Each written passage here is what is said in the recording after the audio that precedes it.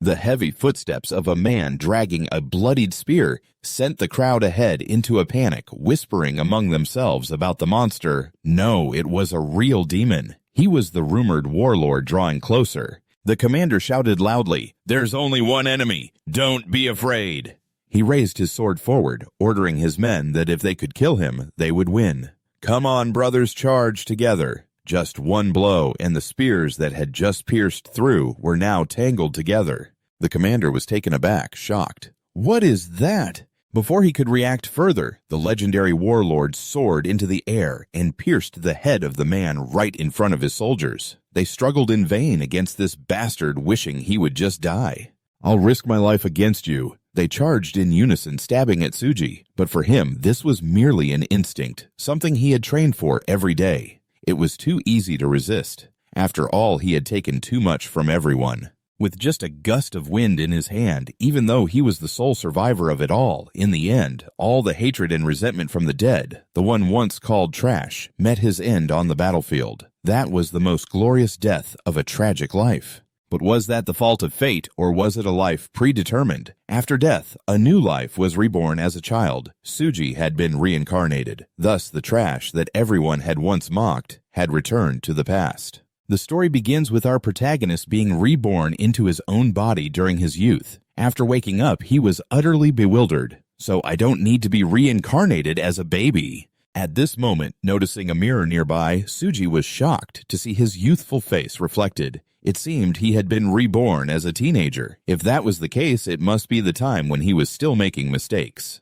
"Damn it!" a voice shouted nearby. Tsuji turned annoyed to see a chaotic scene of a brawl. A group of people was fighting fiercely, desperately trying to protect their goods at all costs. "We can't lose a single item." Tsuji realized that it was the bandits attacking the goods. He stood there not participating, mumbling to himself, "I can't believe I just got reborn and I'm already back on the battlefield." He noticed a figure behind him. The person smashed the mirror Tsuji had just looked into. This guy loomed behind him taller than Tsuji by a head. "What's a kid like you doing here?" "I didn't think you were a goods inspector," the guy said. "Are you a servant or something?" Tsuji turned around and recognized him as a bandit, those savages living in the forest, ambushing to rob and kill. But his eyes were shaking, and his body was stiff. Most of them were just a bunch of ordinary amateurs. Just a quick glance was enough to analyze the strength of the guy from before. He was now raging. "It doesn't matter if you're a servant or a goods inspector. If you're from the goods office, you have to die." Saying that, he thrust a spear at Tsuji. "You all must die for me." Tsuji remained unusually calm, lightly deflecting the spear and saying, "I know your moves too well. They're too predictable for a teenager." Firm and steady, he grasped the spear's shaft and forcefully yanked it back from the bandit. With skilled precision, Tsuji aimed the spear directly at his opponent and with a simple thrust pierced through his left chest. The bandit was in pain, still dazed at how quickly he had been finished off. With a splatter, red snow sprayed out, and the bandit lamented his last words. "Are you kidding me?" Now before the bandit, Tsuji had completely regained the aura of a renowned warlord. His strength remained unchanged, reminding himself that even though he had no achievements now, he still held onto his warrior's facade. Then he exhaled a dark breath, saying, "That's enough." Inside him now lay a sinister entity. It was because of that Tsuji had become so powerful. He thought even if everyone looked down on the martial arts he used, even calling it dark magic, he had no other choice. With that thought, he hoisted the spear, still lodged in the man, over his shoulder. He walked on, noticing someone hiding behind a tree. Tsuji whispered to himself, "I've returned to the past." But suddenly the guy behind the tree made a noise. Tsuji turned alert, and he lunged forward, shooting an arrow at Tsuji. "Die, scum!" This guy was pretty strong. The arrow shot straight into Tsuji's head. After he struck, he revealed his amateurishness, trembling and yelling, "Serves you right." But right after that, he received another stab from Tsuji's spear. He was gravely injured, screaming, "What the hell?" At this moment, Tsuji's face was completely classic as he whispered into his ear, "I anticipated an ambush, but it turns out it was just this." A spear that pierced through both of them. He was truly worthy of being a legendary warlord from his past life. He said, "Not confirming the enemy's death on the battlefield is suicide," and then yanked harder, digging deeper into the wound. "Yeah, just like that, carrying 2 lives on my shoulders." He turned and said, "Now the spear has regained its original weight." Now Suji turned his head to look at the negative crowd, feeling just like the old days when the long trail of blood marked the path he walked. The bandits here had to be terrified and on high alert. What the hell was happening to him? They gritted their teeth, wide-eyed, watching Suji approach. It didn't take long for him to step right into the midst of the bandits, who whispered in fear as they saw their comrades falling to Suji's blade. Suddenly, a large figure approached. What was going on? Who was this crazy guy? He was the leader of this bandit group, towering and wielding a massive axe. As soon as he appeared, he started shouting to assert his dominance. "Listen up, I am the leader of the bandits on this mountain." But Suji paid him no mind. "Oh, I'm really looking forward to this."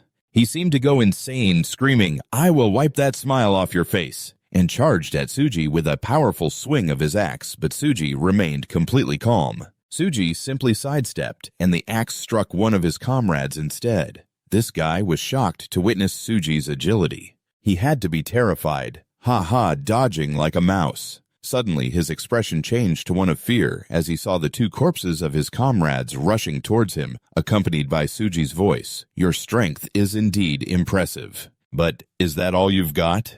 The bandit had to drop his jaw in horror as he watched the two bodies take the hit from his own punch. Before he even realized where Suji was, he was split in two, his bewildered face with blood splattering across Suji's, followed by Suji's voice. "Let me show you what a real attack looks like." This was enough to terrify the surrounding bandits. With just one blow, he was a monster. "Don't push me like that." He had already stabbed another person with a heavier spear, but Suji still felt something was off. Why did it feel so light? So he decided to thrust the spear straight into the throat of the towering bandit, causing the others to sweat profusely. Suji said, "Now this is better." The spear was heavy enough for him to carry on his shoulder, making the bandits turn pale with fear. They knew they couldn't fight back, so they all ran away. He was a monster, and so when blood met demons on the battlefield, time rewound 15 years back, and right on that cursed mountain, the legendary Suji the Spear King had truly returned. Until nightfall in this forest, the group from the Tiger Division was still tirelessly battling the bandits. They reminded each other not to let anyone escape. Meanwhile, Suji was alone carrying the spear. 3 lives hung on Suji's spear amidst the chaos, seemingly unnoticed by anyone. All around were the sounds of frantic screams. The wind was in our favor. We couldn't let those bandits survive. The 3 lives on Suji's spear became 3 wandering souls clinging to the spear on his shoulder. Suddenly, one of the Tiger Division members was thrown onto Suji's spear by a large man from the group who was going wild. He slashed at the others, shouting, "You arrogant bounty hunters, who do you think you're killing?" The souls kept screaming, "Save him!" Frustrated, he continued to yell, "If you think you can do it, then go ahead." The souls of the 3 men were right behind Suji, screaming next to his ears. "Ego was our former leader. Big brother, please come back to our side." The ramblings of the souls made Suji realize what was happening. "So that guy is your leader. He really is far beyond those little shrimp. Huh, all right, I'll grant your wish." He would also be the ghost right next to Suji, whispering in his ear, "Big brother, he's very strong. You should recruit him." Suji broke into a strange smile and said, "Devour him whole." At that moment, their big brother Ego was full of bravado, taking on 10 guys from the Tiger Division. "Die, ha ha ha," his ghostly companions screamed Ego's name. As soon as he heard Suji calling his name, he turned around furious. "Who do you think you are to call my name like that?" Immediately, he swung a blade at Suji, who simply bent down to counterattack. Who would have thought Suji was this strong? The body of that teenager made the big man fall to the ground. "Damn it! Who the hell are you?" Standing before him, Suji held the spear with 3 corpses behind him, causing this guy to be terrified. "What the hell? Are you crazy? Who is this?" He impaled a guy on his spear. "Eso es andem. Now, realizing he was the terrorist, not just anyone, he was scared to death, silent for a long time without daring to say anything. The ghosts of his comrades kept screaming, wanting him to join them in the afterlife. "Why is it only you left alive? Come here. Ego." The ominous tone echoed as they called out Ego once more. Ego. This guy had to be terrified. Even though his body was large, his spirit was severely shaken, tears streaming down his face. Who are you? Are you a demon? Before him, Suji's face changed continuously as he exhaled a cloud of black smoke that looked terrifying. Come along. And then came the screams of ego. Please save me! Suji's entire body seemed to be enveloped by a massive evil spirit, embodying the strongest manifestation of evil as he delivered a fatal blow to ego's head. You can see the chilling, terrifying aura of Suji's head flying far away, the blood splattering and sticking to Suji's face. He looked down, knowing that just calling his name 3 times could summon a soul from the underworld. Standing before the bodies sprawled on the ground, Suji held a spear and said that with those 3 calls, the target would be dragged to their death. His voice whispered that it had been a long time since he used this, reminding him of his past life. At a towering steep cliff, a desolate place, there was Suji struggling to climb a rock. He had narrowly escaped death from a great disaster, desperately clawing to pull himself up, cursing under his breath. Is it just because I'm a newbie that they pushed all this tough reconnaissance work onto me? Suji leaned against a large rock, exhaling heavily. Those damn soldiers said if I joined them, I wouldn't starve anymore, but this situation is no different from when I was a slave. But right behind him, there was a terrifying aura lurking nearby. Suddenly, he felt something was wrong. Suji squinted and trembled as he looked back. Behind him was a dark shadow reeking of foul, sinister energy. Suji was startled and terrified, unable to speak. What is that? What's over there? A spirit or a ghost? No matter what, I absolutely can't turn back. Suji's face was drenched in sweat as he tried to calm himself. He was shaking with fear but struggled to hold it together. To avoid letting whatever was behind him notice his fear, he whispered, "That's something I shouldn't see. I won't die wasting away in a place like this. Don't turn back. Don't turn back." But suddenly, a sinister voice came from right behind him. "And what do you think you're trying to survive for?" He bit his lip tightly, trying to stay silent. That terrifying voice, along with its cold and arrogant tone, made him feel like a mere insect. So why not take a chance? Who knows, this might be your opportunity to change your fate. That humble thought made Suji tremble as he gathered all his calm and turned around, trying to appear nonchalant as he asked, "Why should I believe such words?" It was an old man with a long beard and gray hair, even scarier than a ghost. He suddenly burst into loud laughter. "You've got guts. What's your name?" Then he mustered the courage to speak bluntly to the man. This old ghost asked again, "What did you just say?" Suji, irritated, gritted his teeth and shouted, "I said I am Suji." That was the second time he said his name, and the old man continued to ask him once more. "I'll ask you one more time, what's your name?" At that moment, Suji, not understanding the technique, replied, "I am Su, but only upon arriving here." He was suddenly grabbed by the old man's hand, which could lift Suji, a strong young man, off the ground. He struggled to breathe, trying to clench his teeth to hold on. Suji was also terrified of this frightening man. In just one breath, he had crossed that distance. He didn't even see the man move, and this man was the one who granted him the power of a demon. Above all, he was Suji's master. He revealed his true form, a black smoke demon with red eyes, nose, and mouth appearing before him. He spoke in a ghostly tone. "If you want to kill someone, just call their name 3 times, no matter what the answer is. You can still kill anyone, so that's the old master." With a face full of scars, he had passed down an overwhelming power to him. This person was the embodiment of evil in the martial world, the blood demon returning to reality to sweep away the bandits. They were continuously tortured by him, with bright red blood lining the path. Suji moved naturally, slicing through lives like cutting grass. He thought it was strange. There were 2 bandits charging at him simultaneously. "Die, you monster!" But Suji still had that puzzling thought. Strangely, his mind was clearer than ever. At that moment, he thrust his spear hard, killing both of them in one go. Raising his spear again, he whispered, "The power of the demon that Kokofu had given me was still incomplete. The seed of magical power had taken root in my dantian. It was supposed to seep into my bones and cloud my mind, but now I felt invigorated." Closing his eyes, Suji thought, "Has this changed?" At that moment, the magic orb inside Suji lit up, and the souls he had killed gathered around it. Suji focused on channeling the energy from the orb into his body, running straight to his brain. That energy flowed down to his limbs, enhancing his strength. Just then, Suji opened his eyes wide, staring ahead, realizing, That's right. The difference from the last time I received this power was that I had forgotten about it after joining the army. But back then, when I was younger, I had learned breathing techniques. Thinking of this, Suji looked at his two hands, which were overflowing with sinister energy, mumbling, "So that's how it is."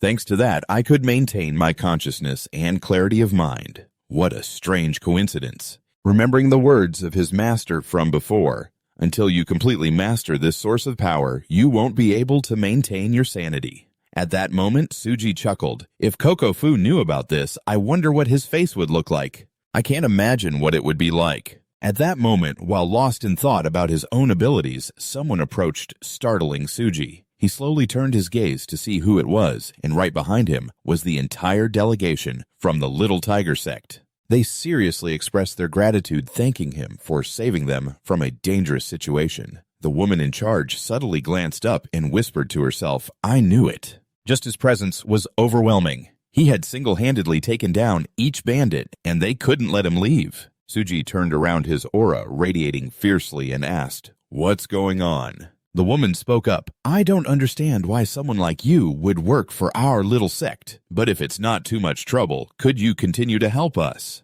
Suji bluntly replied, "I refuse," causing the girl leading the group to be taken aback, speechless. He then confidently turned his back and walked away, saying coldly, "If you have nothing else, I'm leaving." The woman wore a sharp expression, thinking, I can't let him leave like this. If he refuses to join, she thought, reaching into her chest pocket to pull something out as she approached Suji. Then I guess I'll have to surprise him, she thought, ready to turn the tables. She presented a shining token, saying, "Please take this." The leader spoke sincerely to Suji. "You may already know, but the Tiger sect behind this escort is a prestigious sect in Anhui. If you bring this token to the Tiger sect, you'll be welcomed as a guest of honor." After saying this, she bowed respectfully, offering the golden token to Suji. "Please accept this as my sincere gesture." This only made him feel more awkward. The token read, Tiger Sect Escort Number 1, Liu Su. Suji glanced down at the token, lost in thought for a long time without saying anything. The Tiger Sect was known for its integrity and righteousness. But just a few years later, they vanished without a trace, a tragic sect indeed. Suji accepted the token from the leader, who was visibly delighted, thanking him profusely. The woman continued bowing respectfully. "We will return to continue our work, and will come back to welcome you again. Please feel free to do as you wish in the meantime." However, Suji remained cold, casually grabbing a nearby horse. "Got it. I'll borrow another horse while I'm at it." Suddenly, the female leader panicked and shouted, "Not that one! It's too wild!" They thought Suji wouldn't be able to handle such a difficult horse, but when they looked again, he was already riding off on it. They were stunned, not finishing their sentence, as one of them remarked, "But how is it obeying him now?" Then they suddenly noticed the horse seemed terrified. As it walked, it was clearly scared, and the others were shocked. Did that horse just wet itself? Watching Suji's retreating figure, the woman laughed. At his age, he can ride like that. What a monster! The guy behind noticed the teasing expression on the woman's face and said, "Oh my, is this love at first sight? He's exactly the type you like, a strong and handsome guy." He added, perhaps a bit too much. The female leader turned back with a chilling glare, ready to draw her sword. "Don't say that about our savior. You want to die." The guy jumped, trembling. No, I was just joking. I'm sorry, I just pulled out my sword to scare you." She firmly sheathed her sword and said loudly, "Did you not see what just happened?" "But I saw his spear techniques," the leader said, looking outside at the group, who were still breathless after being overwhelmed by Suji. Everyone was silent, horrified, watching the brutal swordplay. Terrifying. One of the women next to her wondered, could he be from a noble family that specializes in spears? She confidently replied, "No. That's not martial arts, it's military spear techniques, and with an understanding that far exceeds his age." At that moment, the soldier beside her realized, "Are you suggesting that?" The woman gently lowered her head, watching Suji's figure gradually fade away.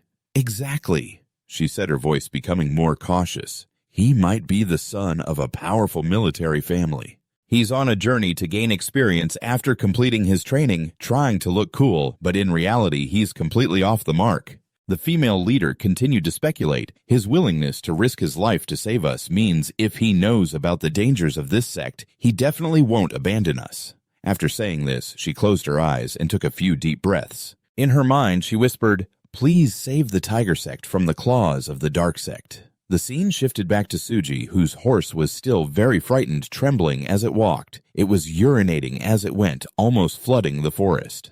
"I'm getting annoyed. If you pee again, I'll make sure you never do it again." He rode the horse down the road, glancing back at the little sect from earlier. He muttered about the tiger sect, which must still exist, right? I wonder how that guy is doing. That guy, Aiku, suddenly reminded Suji of someone from his past life, recounting stories from that time. Aiku was the first person Suji met after enlisting, the first one he truly bonded with in his past life. In the barracks, a group of soldiers was fighting with loud thuds and crashes as they clashed. At that moment, Suji was being bullied by this group. One guy kicked him hard and shouted, "You think a rookie like you can just eat without paying your dues?" Suji refused to back down and shot back. "Pay dues? What are you talking about?"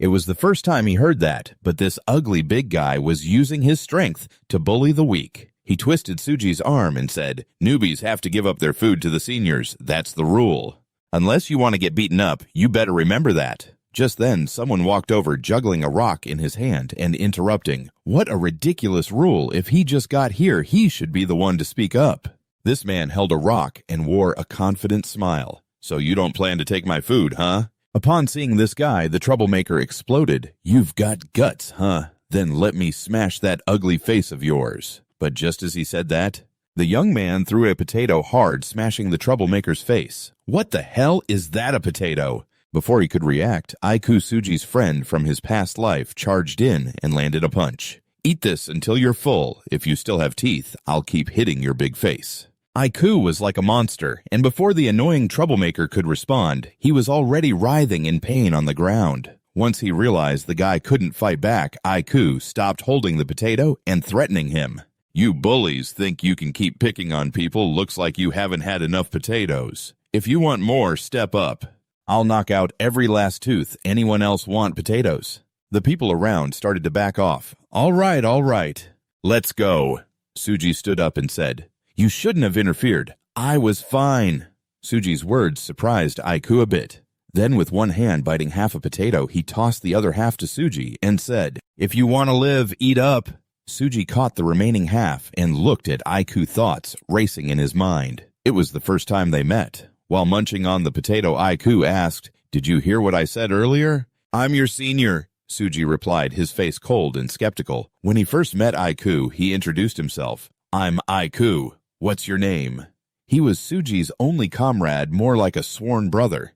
For the first time, our protagonist felt the warmth of a friend. He kept staring, "I'm Suji." Then one day, when both were struggling to survive, a blood demon named Kokofu appeared. Aiku rushed in. This is the moment. When Suji was grabbed by Kokofu, Aiku saw it and ran over. "Let him go. If not, I'll shoot a flare at you." Recognizing this guy was dangerous and not easy to deal with, Suji kept shouting warnings to Aiku. "Don't come here. Run." Aiku gritted his teeth, tightening the flare gun in his hand, threatening the old man. "I told you to let him go." But this cursed guy was not easy to handle. He turned back with a horrifying, glowing red gaze. "Then do as you wish, and I'll let him go."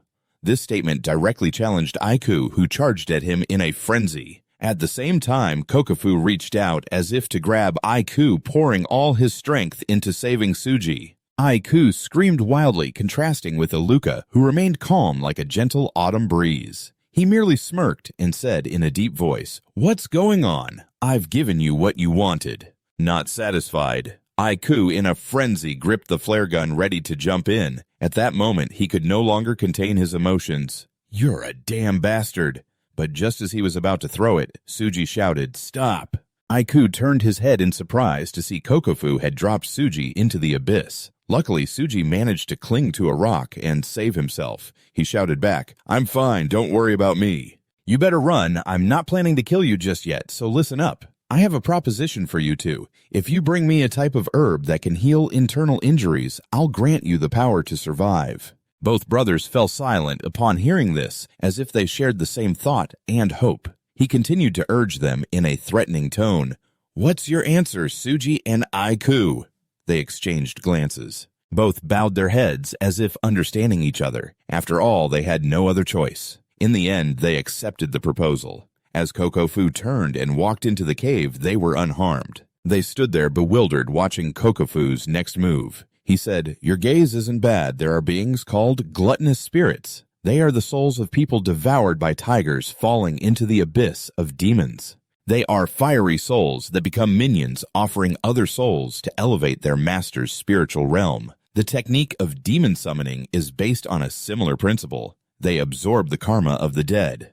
To enhance the spiritual authority, this technique is called the gluttonous spirit technique, which has 3 phases: compression, refinement, and transcendence. Each phase consists of 10 levels. When reaching the compression phase, one can unleash demonic energy like steam. During the blood training phase, a toxic gas will emerge that looks like blood splattering everywhere. The next step is to reach the superhuman stage where we once crushed the world beneath our feet. Climbing up 4 levels during the training, at that point, good and evil, even love, will mean nothing to us. So engrave my teachings into your heart, step onto the battlefield, and slaughter without pause. That's how you gain the power to change your fate. The teachings of the master were heard and understood by both Aiku and Suji. On the battlefield, the two were in perfect sync. Just calling each other's names was enough for them to know what to do. They were fighting against a massive army with Aiku and Suji pressing their backs against each other. Each person on one side to handle everything. We will survive no matter what happens. They had always been taught diligently by the master. At this moment, both had surrendered to the dark path. He sat upright above them and spoke. "These are the final agreements. This time, both of you must bring back the 100-year-old white ginseng. Can you do it?" Suji didn't hesitate. He raised his face and said of course before he could finish. Aiku suddenly shouted, "Wait!" and respectfully expressed in front of the master, "The white ginseng exceeds our capabilities. Could you help us open 2 channels? 5 and burn." Let me explain. 5 and burn refers to the 2 main channels that lead energy in the body. This proposal from Aiku must be done. The master thought for a moment, squinting his aged eyes down at them. Aiku continued to elaborate. "If you use the available materials to open those 2 channels, we will be able to gather the final medicinal herbs. The missing herbs we will supplement later." It seemed like Kokofu was deep in thought. He didn't answer immediately, but suddenly said, "Very well." Aiku and Suji were surprised. They looked at each other in shock. Aiku glanced at Suji and said, "You go first." But he flatly refused because he didn't want to go alone. "No way." Aiku gritted his teeth in frustration. "They said you go ahead and open the channels. Then I'll gather more herbs, and afterward you'll get the herbs." At this point, Aiku turned to persuade Suji again. Going alone was already difficult, and with that tone of understanding, he began to ponder. He sighed and said, "All right, fine." So they understood each other, fist-bumped, and said in unison, "Got it." After Suji went out first to open the channels, he was dragging himself back, covered in wounds. The sky rained blood, staining his footsteps. Suji was panting heavily in the uncomfortable, soaking rain. He was in immense pain, struggling to return to the cave. "That's enough. I've gathered all the herbs." "Brother Master, everything will be all right." But everything was supposed to be fine until he got home. He saw a scene he could never have anticipated. It was the master's head lying on the ground. He was even sitting in meditation. Who did this? Looking closer, the figure sitting next to the master was none other than Aiku, his body covered in blood. He looked up and said, "So you finally showed up." Aiku was holding the blood-soaked sword of the master and smiled, calling out to Suji. Suji was completely shocked. He didn't understand what was happening and shouted, "What happened?" He then threw away all the herbs he had struggled to bring back and rushed into the cave, calling out to his brother, "Aiku." At that moment, Aiku was very weak. Suji hurriedly supported him. "What's going on?" "What happened?" Aiku tried to suppress the pain and whispered, "Don't make a fuss, you know right."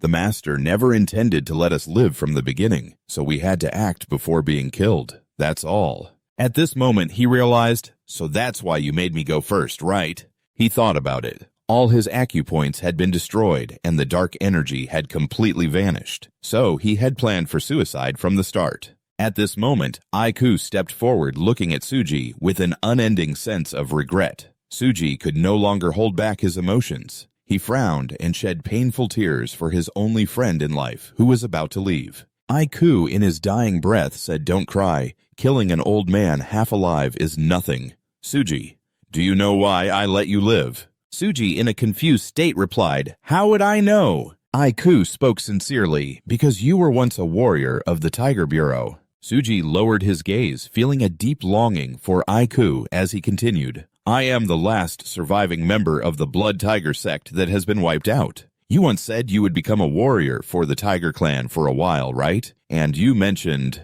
the leader and his wife of the Tiger Clan are good people. I think that's when I started to see you as family. You were the only one who spoke about my parents with such respect." At this point, Aiku's body was growing weaker. He clenched his fists and raised them in front of Suji, saying, "I'm really glad to have met you. If you get the chance, please avenge me." In that moment, he tightened his grip.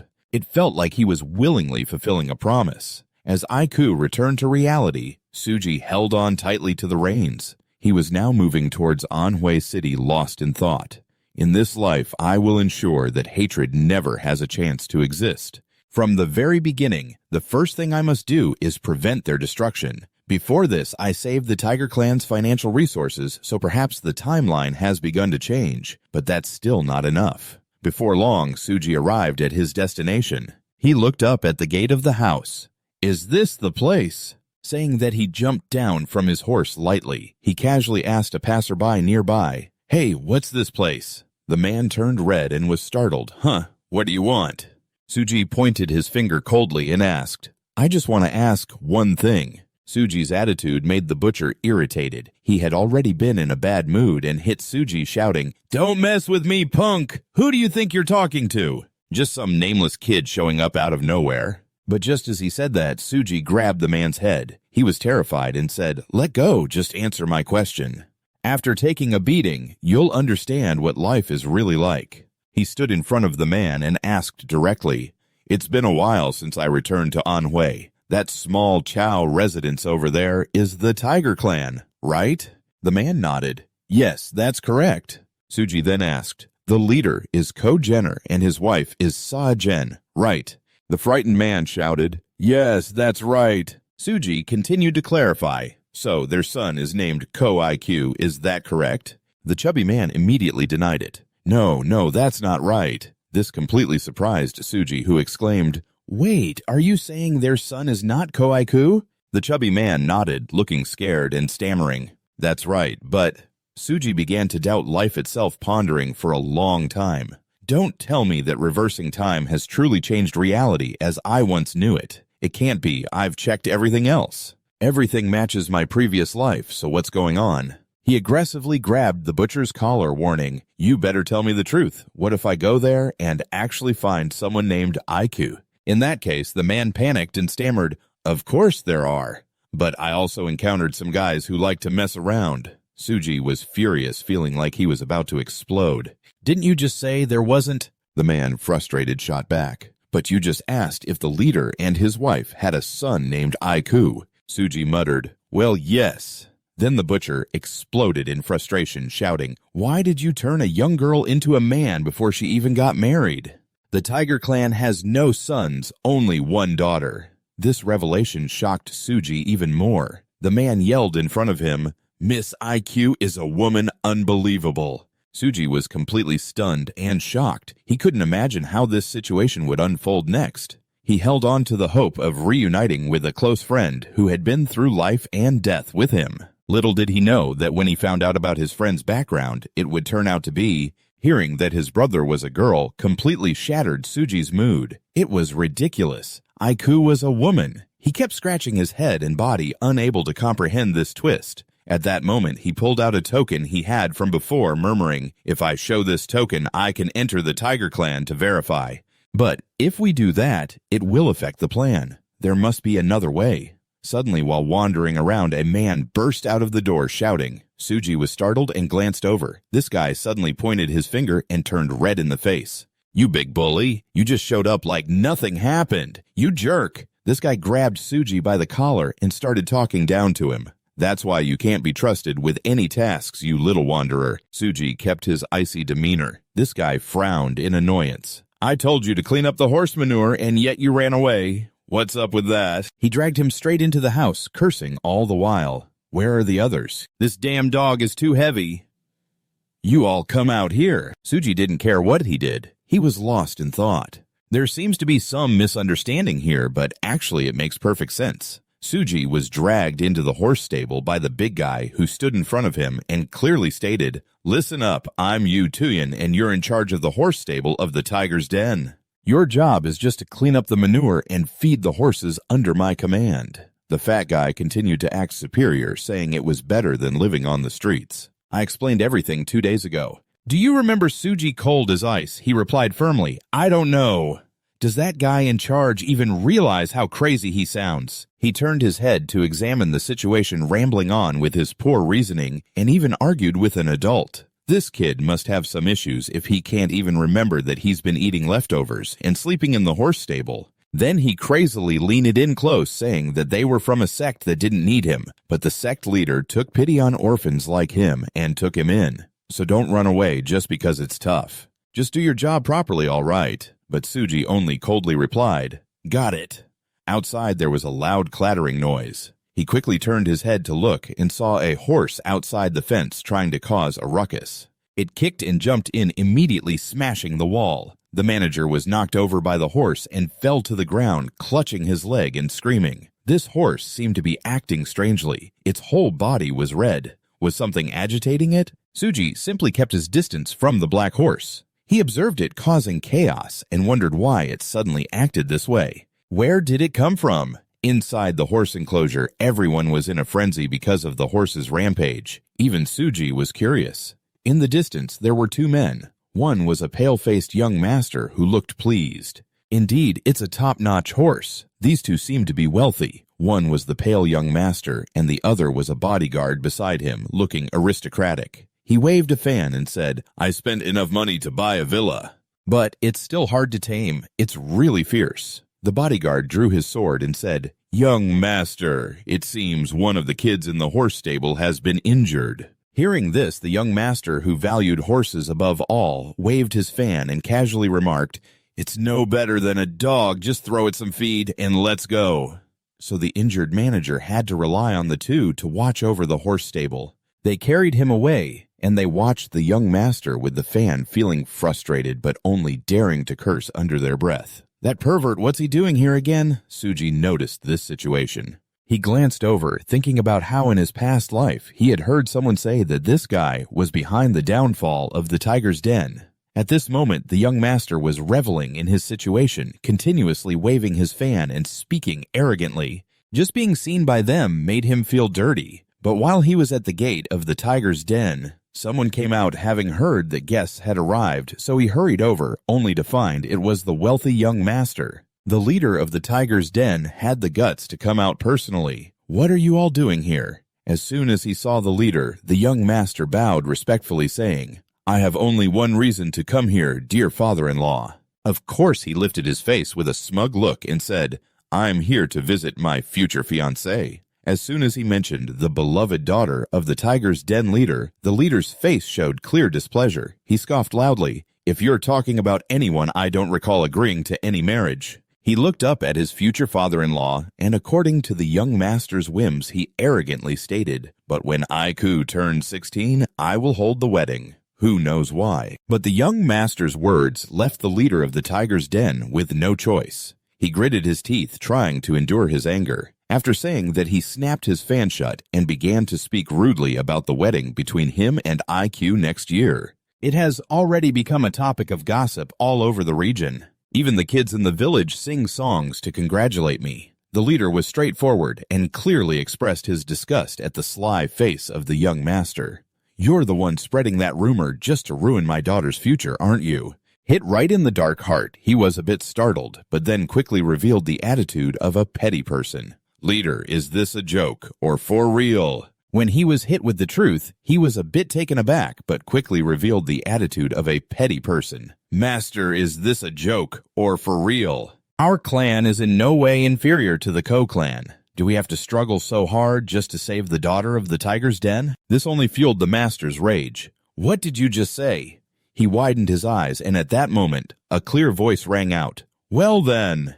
The young master and the master suddenly turned to look. All eyes were on the owner of that voice. It was the master's beloved daughter who had appeared dressed in a long pink dress. She spoke in that situation. There will be no engagement between the two families. The young master, upon seeing her, gaped, his face flushed, heart racing. Even the bodyguard behind him was mesmerized. The moment she appeared, it felt like something ominous was looming. The master sighed. He didn't want anything bad to happen here. The master's daughter of the tiger's den, upon her appearance, was as beautiful as a flower, walking gracefully like a spring breeze. As she appeared, a faint fragrance wafted in the air like a flower in motion. She said, "Please don't mind me anymore. Go find someone else." But the persistent young master wasn't going to let it go that easily. He fanned himself and coughed a few times to gather his breath. "Do you know how dangerous the rumors are?" "There's nothing to say." She stood next to her father and boldly confronted the rude young man. "I have no intention of marrying you or anyone in your family. Please leave here at once." Saying that, she and her father walked away, ignoring the young master. He shouted loudly from behind, "While your clan is on the verge of bankruptcy, you still act so proud." His bodyguard asked, "What do we do now, young master?" At that moment, the ugly young master revealed a wicked expression and whispered to his bodyguard, "Anyway, I was just passing by on my way to the pleasure house. Let's go." Turning away from the tiger's den, he draped his arm around the bodyguard's shoulder and chuckled. "Just as the rumors said, she's even more beautiful than they say." The pale-faced young master wore a twisted expression.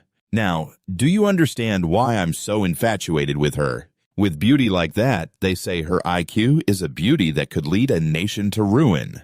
The bodyguard beside him also marveled. Such beauty could topple kingdoms. It's not an exaggeration. Looking out at the tiger's den, he raised his head and said, "A beautiful woman without power or wealth will only have a tragic fate. She's too beautiful to be the daughter of the tiger's den. She must resent her fate for being born there." After saying that, he turned back to the bodyguard. "But it's too late now.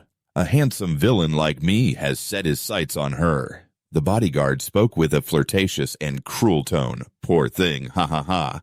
At that moment, they pulled the reins of the horse sharply. In unison, they said, "Let's head to the pleasure house." But strangely, the horse stood still like a statue. The young master wondered, looking down.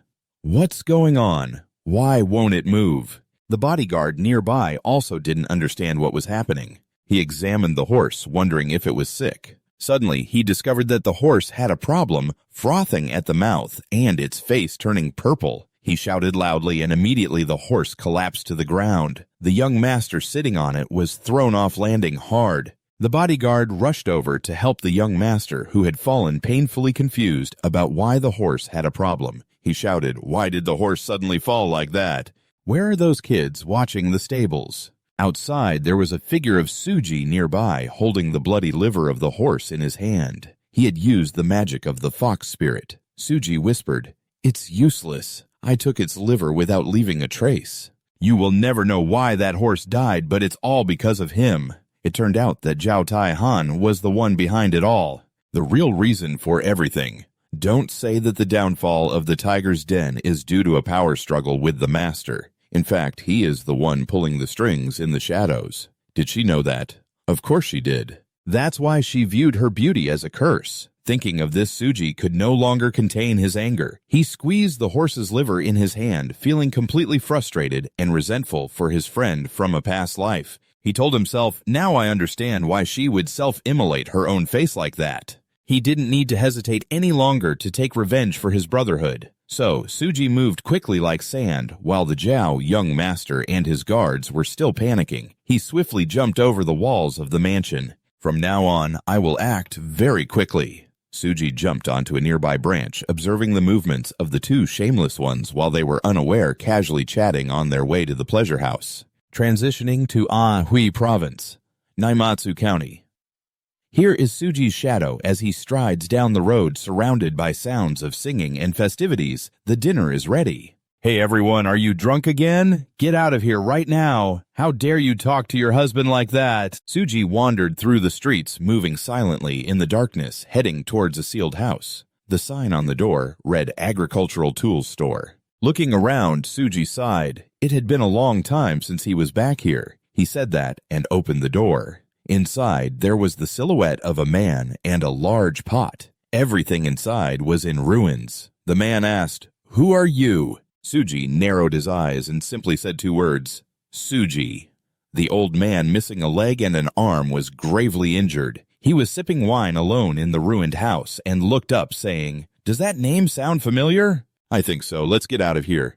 "Sure." But Suji remained calm and sat down right in front of him. "I know what I need. Just forge me a hammer." The man acted indifferent and took another sip of his wine.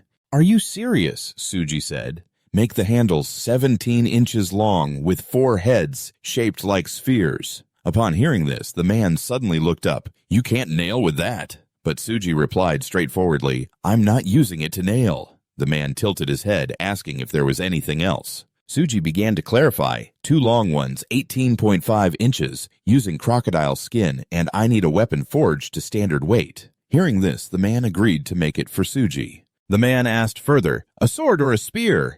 Suji coldly replied, "A spear." The man in the ruined forge suddenly got irritated. He slammed a piece of wood, causing chaos in front of Suji. He revealed a hidden item and pointed the wooden stick at a nearby spear, saying, "This is the best weapon we have. It'll take a day to sharpen the blade." Suji remained calm, even though this blacksmith was quite reckless. "Okay, do you have a small iron weapon?" He slammed another wooden box right where Suji was sitting.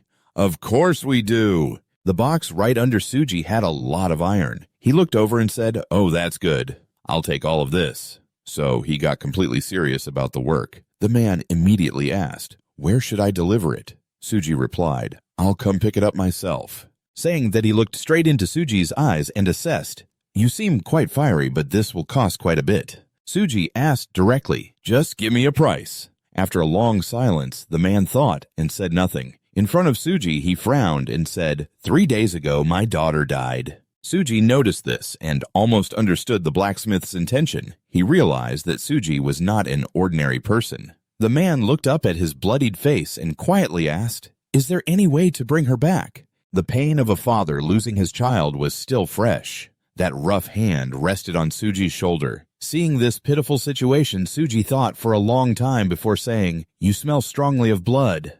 To the point where I thought you were a ghost, but you can't be. Just kill those who killed my daughter for me." Suji pushed himself up and asked, "Who killed your daughter?" He sighed and replied, "The Black Dagger sect. That sect isn't good at all." Upon hearing this, Suji held his head and turned to understand. At that moment, he turned his back to leave, and the disabled man in the forge shouted, "Wait! There are 4 of them called the 4 pillars of the Black Dagger. Listen carefully." Suddenly, a terrifying aura emanated from Suji. The stench of blood filled the air. He said, "I don't care what the enemy's name is, because no matter what, I will kill them all." So Suji left to pay for the spear the blacksmith was about to make for him. Suji was determined to take the lives of those who harmed the blacksmith's poor daughter. Just as he stepped outside, Suji suddenly remembered and turned back to ask, "Oh right, do you have any labor tools or poison?" The man fumbled to one side and loudly asked, "Do you think blacksmiths sell those things?" Saying that, his sturdy hand rummaged through a pot and tossed it out. He casually pulled out a tattered fur and threw both items in front of Suji. The old man said, "Here, this bear skin is from a bear that killed 74 people. And that jar contains deadly poison from the Miyu tribe. I haven't checked it yet." Suji casually looked over the bear skin, which was a bit unsanitary. He also picked up the clay jar and opened it, a strong stench wafting out. Suji waved away the smoke from the jar. "I feel like I've been tricked," he said. The shop owner gritted his teeth. "I suspected as much." Then Suji turned to look at both items and said, "Anyway, I'll take them. They're not as toxic as the Miyu tribe's poison, but they should work." Now deciding to leave, he leaned back and said, "I'll come back tomorrow to pick up what I ordered." At the door, Suji accidentally saw a skeleton and asked, "What's this?" The old man looked up and replied, "I use that to handle livestock. Is there a problem?" Now, as he decided to leave, he turned his head and said, I'll come back tomorrow to pick up the order I placed. At that moment, by the Suji door, he accidentally spotted a skeleton and asked, "What's this?" The old man looked up and replied, "I use that to handle livestock. What's the problem?" Suji touched the long bone and said, "Not bad." The old blacksmith sighed and casually replied, "Can I borrow this until my order is ready?" The old man didn't say anything, so Suji just walked away after he left. He mumbled, "What a damn weird guy.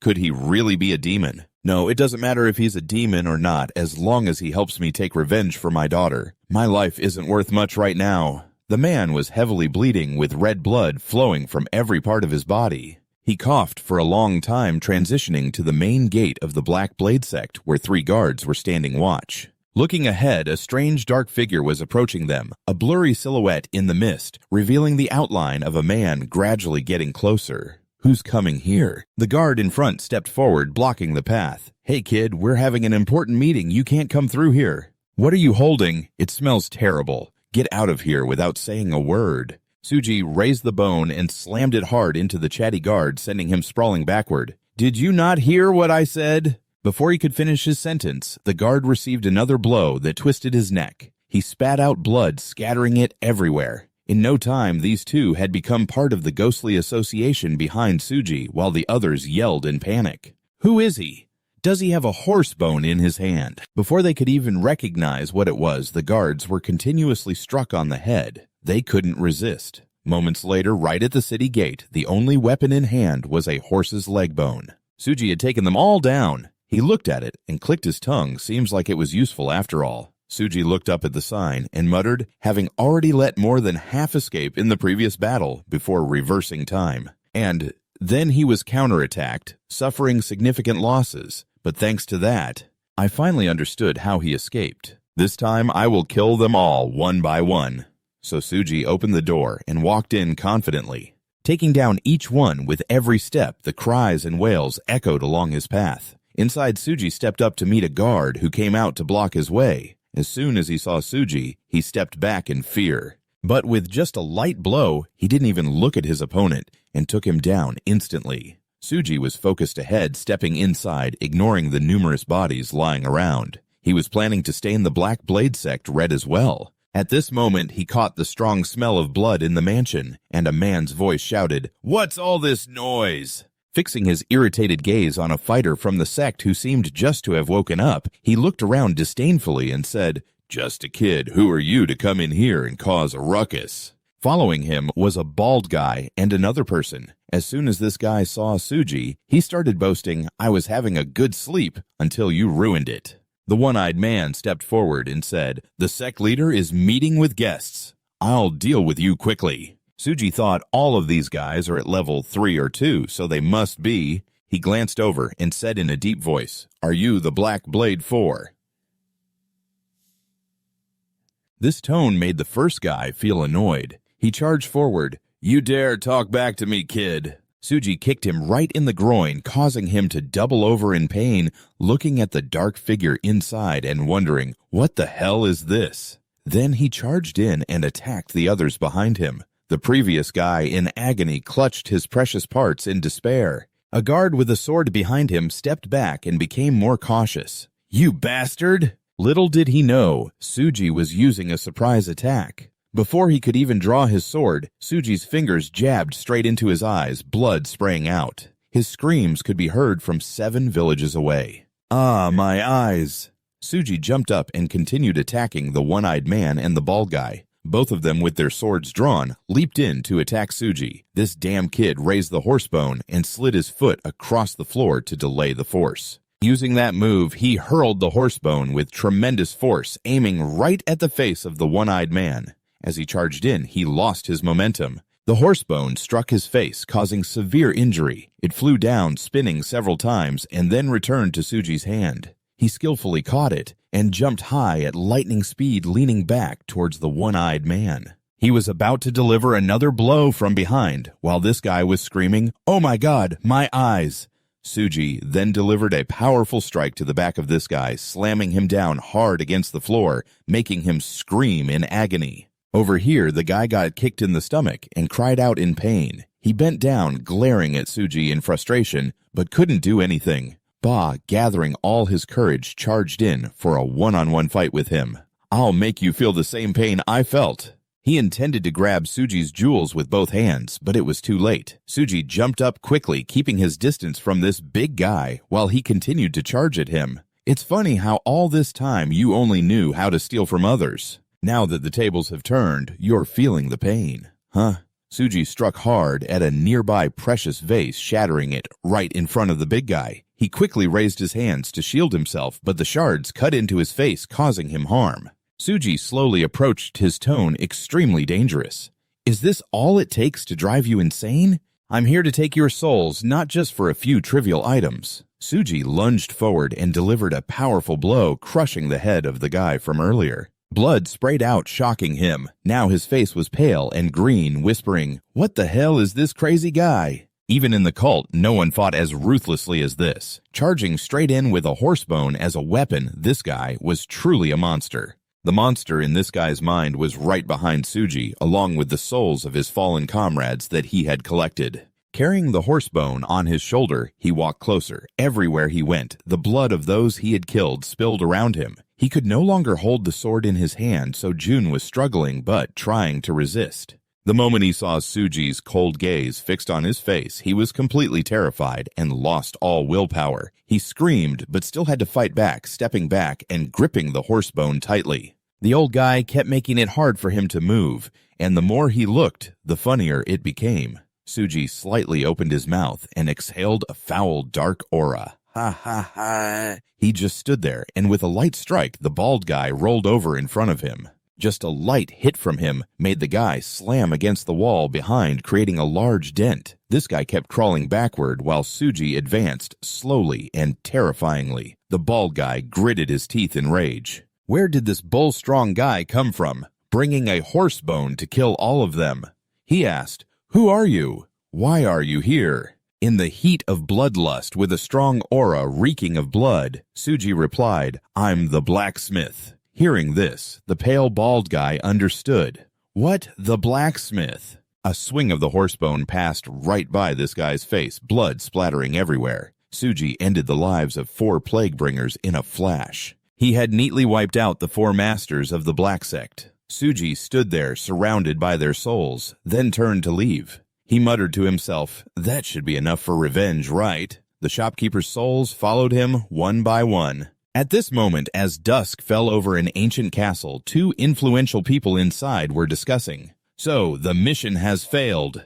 The master was at a loss, his tone filled with helplessness. The owner is furious, and of course the young master is too. If you had disguised the Black Blade sect as proper robbers and ambushed the administrative office of the ancient authority. Suddenly the guy gritted his teeth in anger. "We just stole the goods and received a reward from the Zhao family, but you idiots messed it all up." The person being scolded was trembling with anger, but couldn't do anything. Yet the master didn't stop there, continuing to blame the failed ambush. "You're as useless as a ghost. Now we can't even pay the tribute to the Dark Ming. What if the tax collector shows up? What are we going to do now?" Upon hearing this, he became anxious, sweating profusely, his hands and feet flustered, losing control. Jiu Hao couldn't argue back and just slammed his hand on the table, frustrated, drenched in sweat, trying to regain his composure. Everything had spiraled out of control. "I had enough troops to take down the administrative office of the Tiger Authority, but unexpectedly we were wiped out. I can't believe it. No one survived to return." No one knew what had happened. Suddenly the master stood up, his face showing extreme disappointment.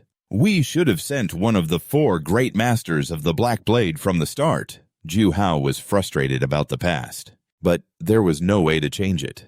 "I didn't think things would turn out like this."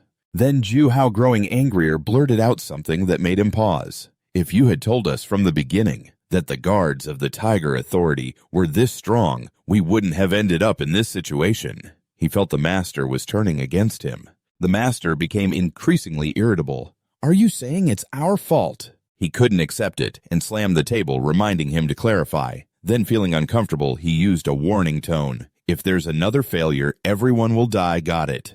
Although Jiu Hao was fundamentally in a weak position, he had no choice but to accept it. "I understand." The master continued to insist, saying that unless the administrative department failed in the transport, the tiger would not be cornered, and the young master's wedding plans would not progress. That kid won't settle down until he gets that girl. He can't stand being talked about like this. It even made him lose control and shout that he understood. That was enough, but just as the two were about to clash, a loud noise from outside startled them, leaving them worried about what it was coming from the gate. The four great protectors were supposed to be guarding there. After that, neither of them dared to make a sound. They just anxiously stared at the door, and soon a shadow appeared at the entrance, making them jump, holding their breath, not daring to exhale until the figure stopped at the door while the other stepped inside. He had thrown in many severed heads he had just collected, and the two looked at the heads on the floor, shocked, their faces pale.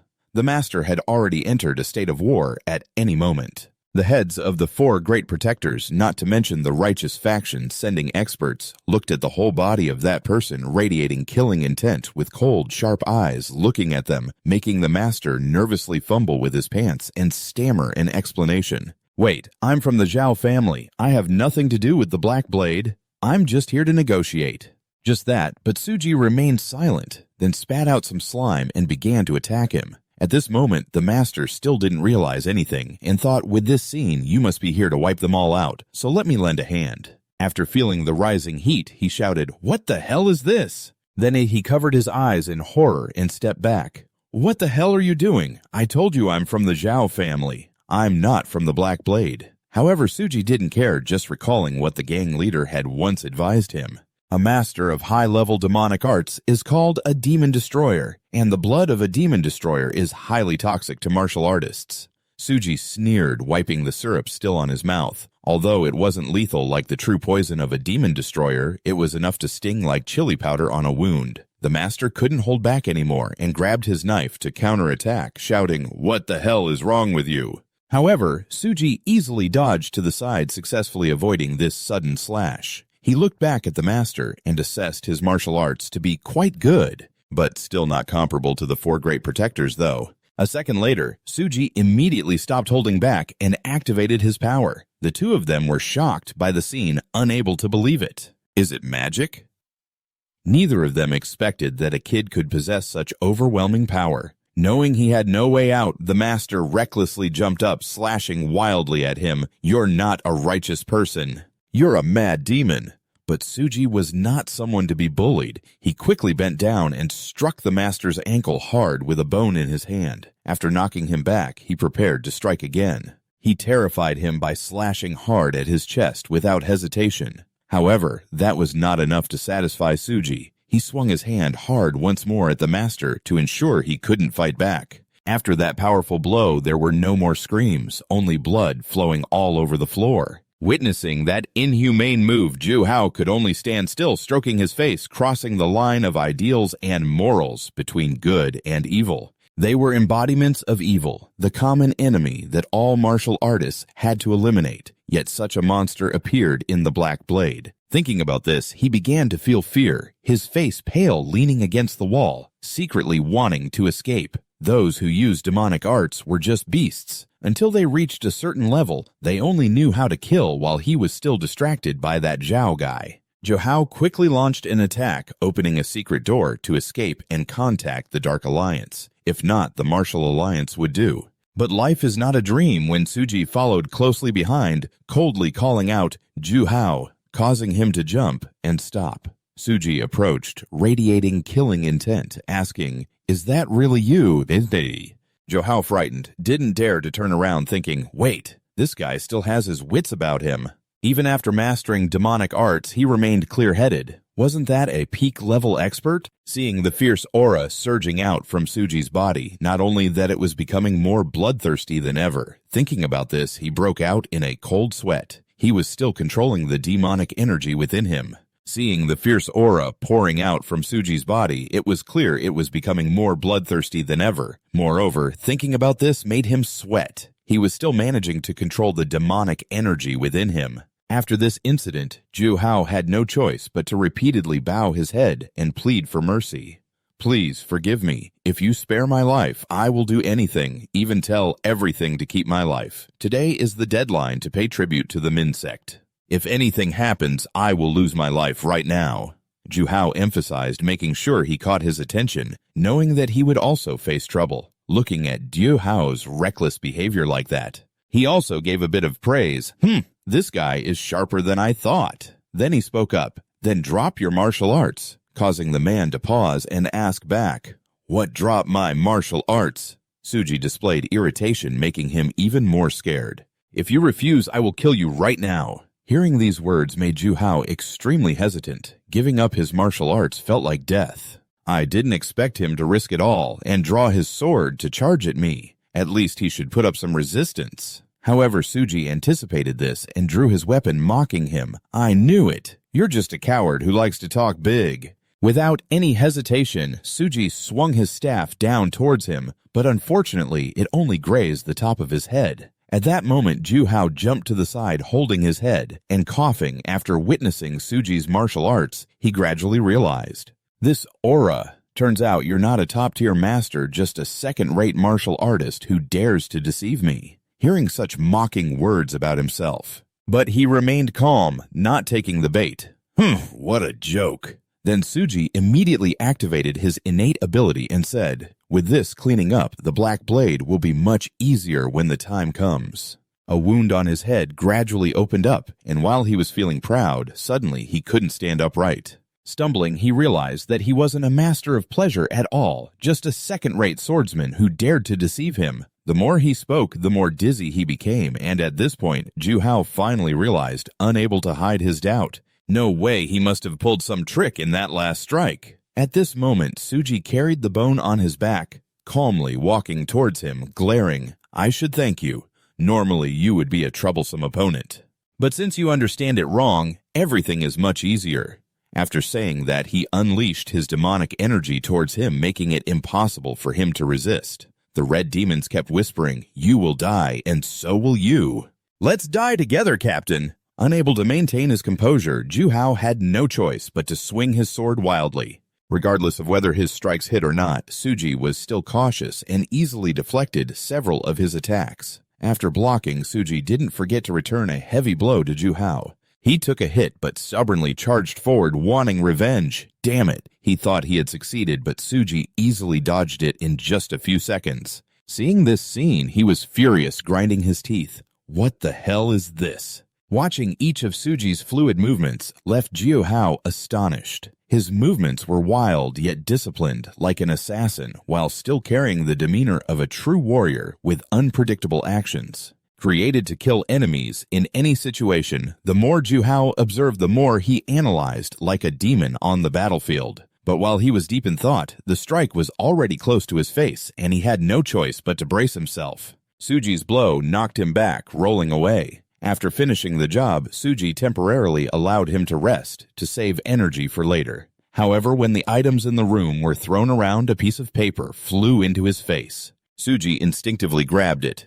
He read it aloud, startling the man. You have kidnapped ordinary women and sold them into brothels, then extorted them to build the Black Dao sect strong like it is now. You even owe a huge debt to the Ti-Ho Trung-Joy. At this moment, Ju Hao had no way out and knelt down, crying and begging. Great warrior, I was wrong. Just spare me. I swear I will never. But Suji didn't care and coldly asked, how many people? He was confused. What do you mean? Suji immediately emphasized his words. How many people have begged you for mercy like this? That's what I'm asking. However, Ju Hao, seeing the fire, became scared and couldn't answer. Please spare me. I'm begging you. I will do anything. But Suji coldly threw fire at him, burning him while mumbling. This also helps reduce some of the regret of the Ti-Ho Trung-Joy. Hearing Suji mumble, Ju Hao had some thoughts and realized the Ti-Ho Trung-Joy. Wait, could it be that he, along with that cold-faced look during the fight, is the one causing all the recent troubles? After being severely burned, Ju Hao's body was in too much pain to think further. Suji remained calm watching the scene, then turned away, letting out a sigh as he looked at the crispy burnt meat. Suji couldn't help but sneer. So this is the leader of the Black Dao sect, Gu Ziu Hao. Perhaps he has some value.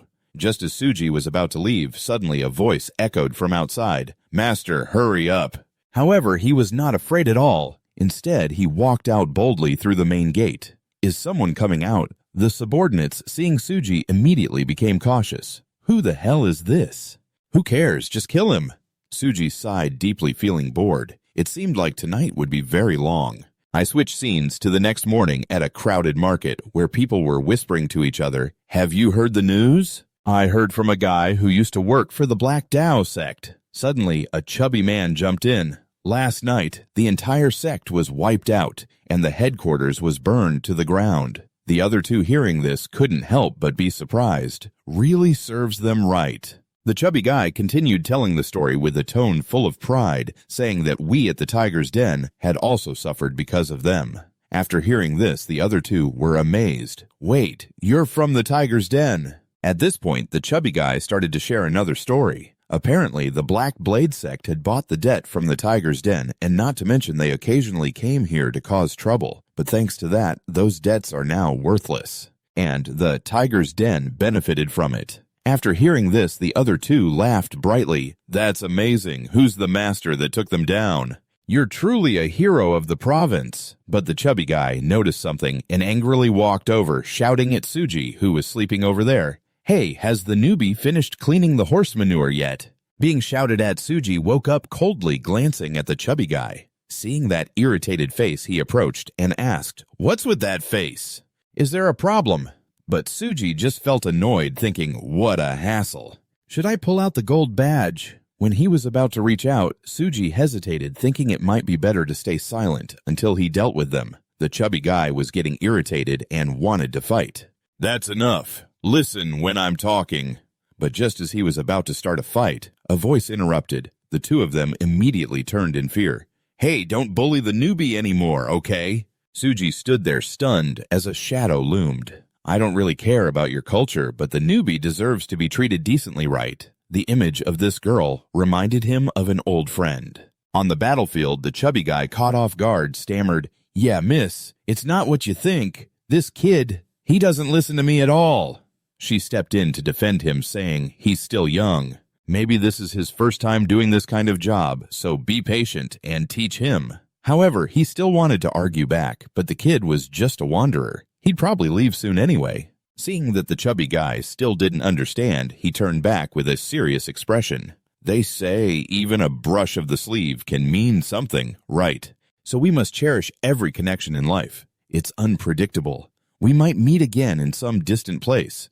Who knows, we might even become family someday. After hearing this, no one dared to say anything more. It'll be a long time before I see this guy again. This is Anhui province. Who could leave here? At this moment, Aiku turned back happily and asked, Hey, are you the new guy? This is when Suji finally snaps out of it and sees her body glowing, and she eagerly asks Han if anyone bullies him. Just come, tell me, okay? It makes Suji feel like she just got struck by love at first sight. He feels a bit suspicious about her relationship with her old friend. Her face and voice are different now, but Suji gradually realizes through one distinct feature they share. Those clear eyes haven't changed at all. Then he unconsciously smiles. You're still the same as before, and then he calls IQ with a hint of meaning, and she responds, Yes. He speaks seriously, looking straight into her eyes. If anyone bullies you again, just tell me.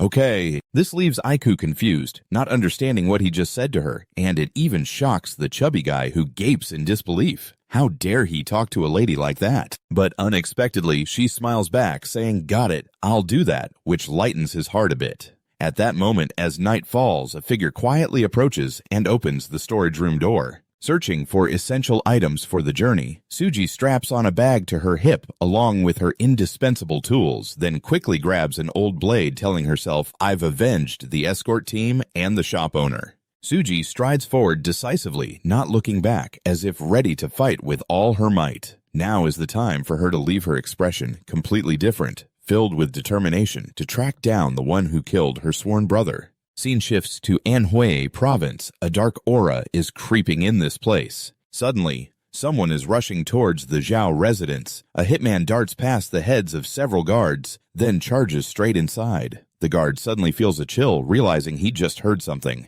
Before he could see who it was, a flash of a sword, and in an instant, he was sent to the afterlife. The hitman quickly dragged him inside, leaving a long trail of blood on the ground, and that hitman is Tsuji. Outside, two young women are chatting, saying how strict the guards are today after the Black Blade faction was wiped out overnight. It's understandable. It doesn't concern us anyway, right? Hopefully, as he frowns in surprise, looking ahead, there are still many guards scattered everywhere. Without hesitation, Tsuji uses a small stone to distract them, and they instinctively turn their heads. One guy takes a few steps and steps on Tsuji's dart. He screams in pain. This is iron. Suddenly, Tsuji rushes out and hits him unexpectedly with a trident.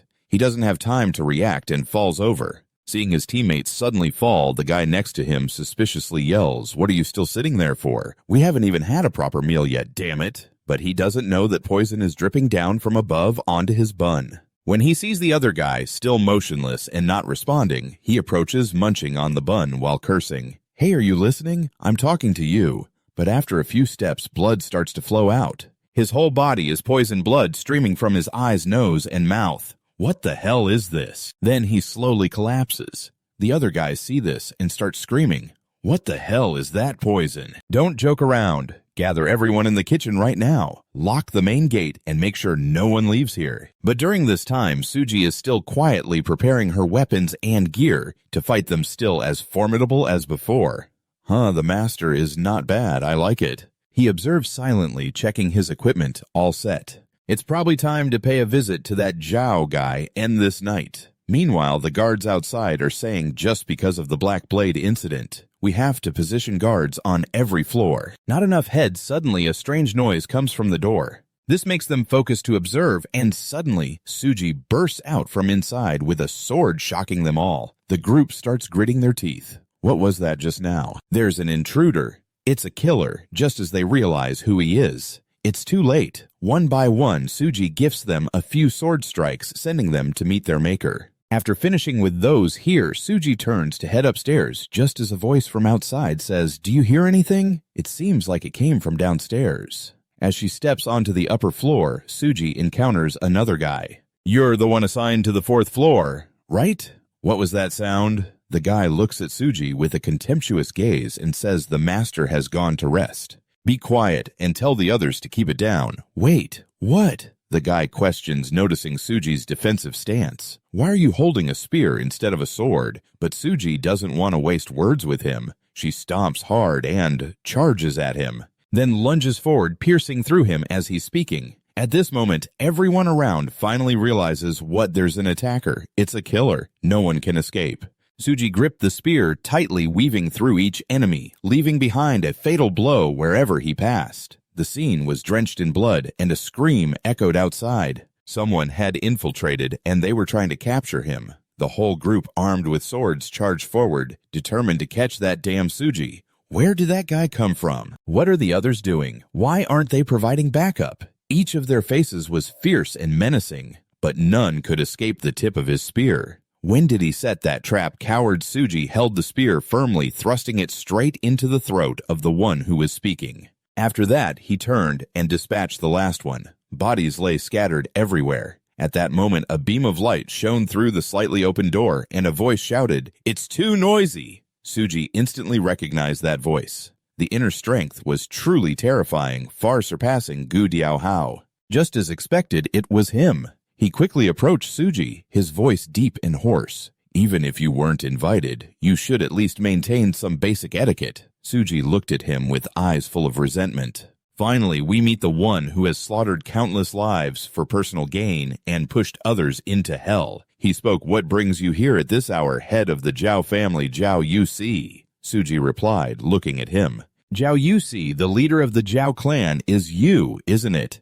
He smirked. "You insolent brat, watch your mouth. Who are you? You don't seem like someone from the righteous faction of the Valley of Doom, or the Supreme Society, or even from the Black Sand region." Upon hearing his words, Tsuji suddenly thought that the aura he emitted was quite strange. Complicated, yet focused. This battle wouldn't be easy. He spoke. "The Tiger's Den sect has raised a true master, huh?" "Incredible. I can't believe that person raised a tiger like you," he asked sternly. "What is your relationship with the Tiger's Den sect?"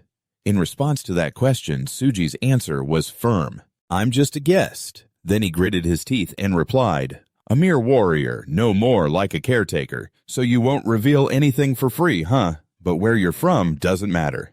You've thrown yourself into the lion's den. The best way to handle this is to kill you without saying a word. As he spoke, Yusi drew his sword and began to strike at Tsuji. Do you agree? But Tsuji had closed his eyes thinking about meeting Zhao Yusi in the flesh. He recalled the memories of his past life where this old man lived peacefully until the end. Who would have to swallow their tears and couldn't take revenge themselves? But now it's different. This life will be different. I will take revenge for you right here. Without further ado, Tsuji lunged forward, pointing his sword at him. The sound of their swords clashing echoed. Yusi gritted his teeth as both he and Tsuji were suddenly pushed back. Yusi struggled to regain his footing. Yusi's face hardened as he asked, Are you using dark magic? Why do I sense the inner strength of the Jiao clan from you? But Tsuji remained silent, smirking with satisfaction. He was completely different from before now, wearing a sly smile. So why do you think that is? After saying that, he silently marveled at himself. His title, My Soul, had reached level 9, putting him on par with Zhao Yusi, a top-tier master, facing an old man with profound martial arts. But Tsuji was unshaken. The decisive factor between someone living a second life and you is the gap in experience. Not allowing himself to be overwhelmed, Yusi quickly launched an attack, but all his moves were countered by Tsuji. Tsuji struck down with the powerful blow. Yusi barely managed to block it, exclaiming, Not bad. After that, the two continued to engage in a fierce battle. After pushing Tsuji back, he smugly said, But that's not enough to take me down. Yusi laughed, self-satisfied. So what do you plan to do now, brat? No matter who you are, if my strike hits your eye, you're done for. But Tsuji's gaze hardened for a moment, a spark igniting in his eyes. Yusi looked at him in panic. What? Tsuji lunged forward, thrusting a spear straight into his chest, causing Yusi to cough painfully, his insides slowly spilling out. He struggled to utter, More dangerous than I thought. I almost lost my head. You too, your insides are nearly spilling out. Observing his figure, Tsuji calculated his moves. His strikes were wide and experienced, looking for an opening to win wouldn't be easy. But still, he decisively launched his attack. Yusi quickly grabbed the spear and said, You can use long-range weapons too. And that stubbornness. Now I'm really curious who raised such a peculiar brat like you. If you surrender now, I'll take you in as my subordinate. As he spoke, Yusi leaned to the side and slashed down, but it wasn't easy to take down Tsuji. His agility was remarkable. The old man was cunning, preparing to attack again after those few words. Tsuji stomped hard and dashed forward. Suddenly, Tsuji's eyes widened in astonishment. Yusi had suddenly become stronger, charging at him like a bolt, and Tsuji gradually retreated, but stepped on several bodies lying around. He cursed, Damn it! Meanwhile, Yusi smugly declared, It's over.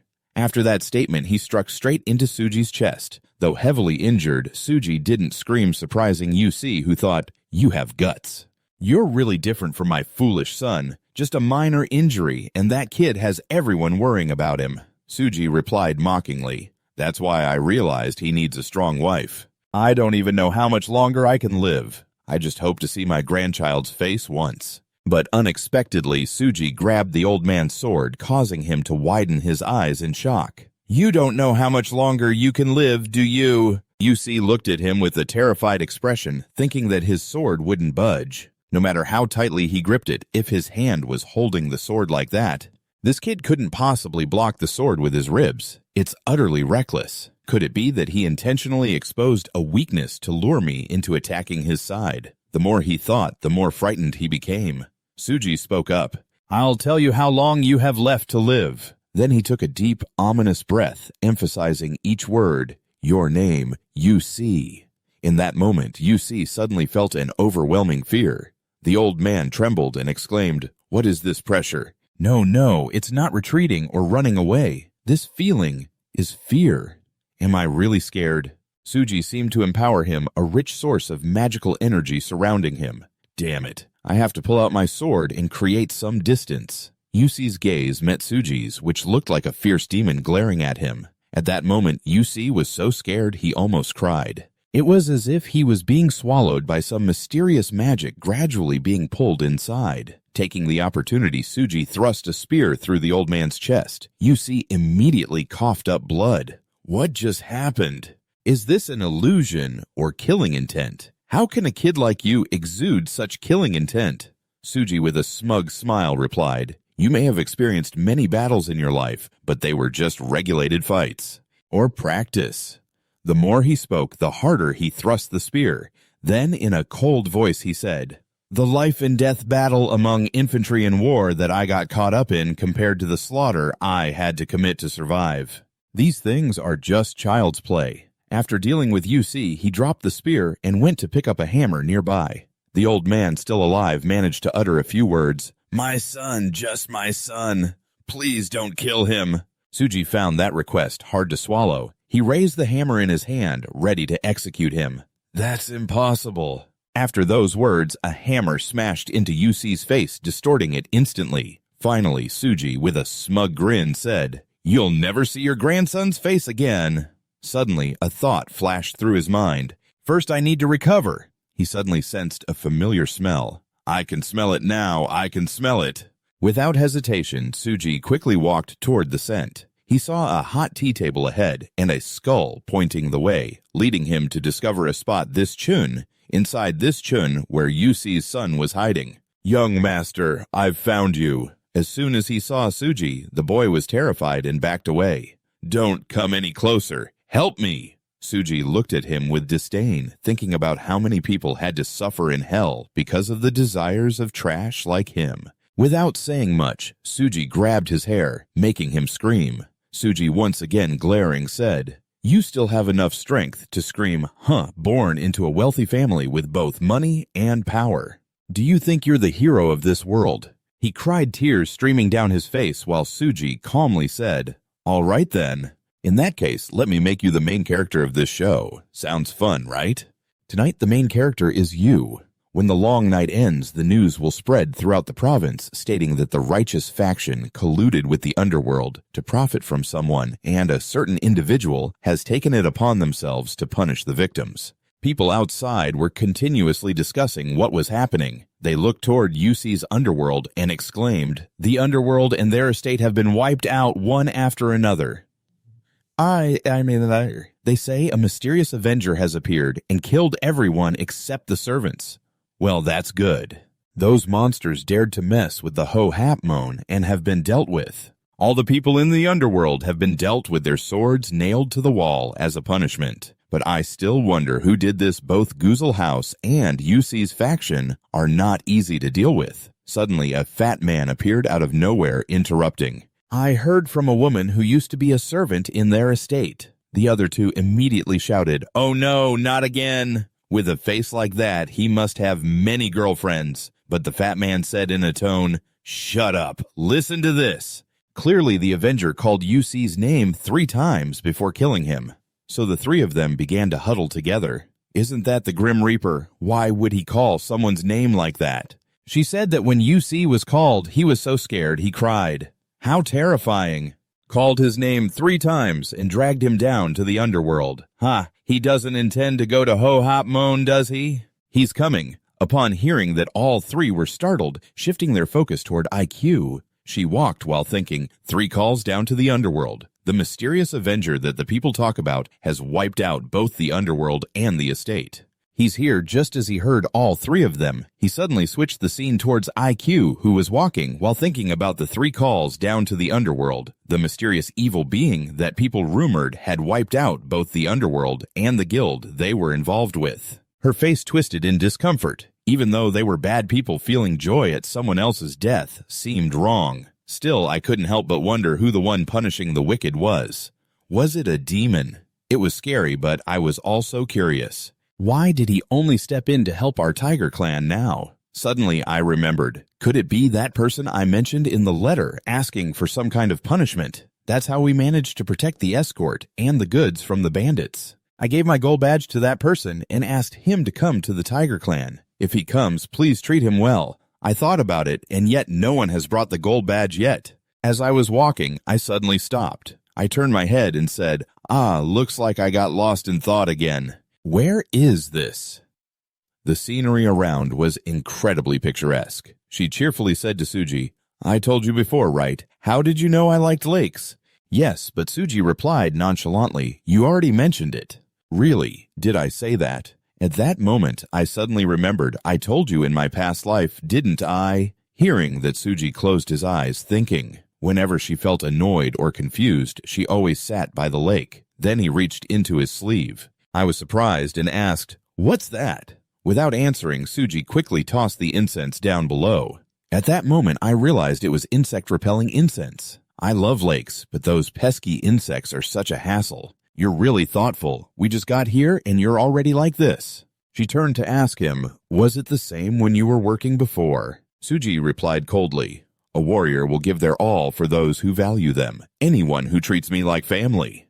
I will respond in kind. Hearing Suji's words, I felt a bit confused, but then I cheerfully replied, It seems you have your own reasons. I won't pry too deeply, but as long as you're still with the Tiger Clan, you're family to us. Seeing her so friendly made Suji feel a bit flustered. He remembered the moment. Suji, do you know why I saved you? A voice rang out, Because I am the heir of the Tiger Clan. You told me that before, right? That the clan leader and his wife are good people. It was from that moment I started to see you as family. Just then a loud call echoed, Miss. The chubby guy shouted in a hurry, The escort is back. As soon as I heard that, I was instantly filled with joy. Really? Then she quickly mounted her horse, leaving Suji behind. Sorry, but I have to go ahead.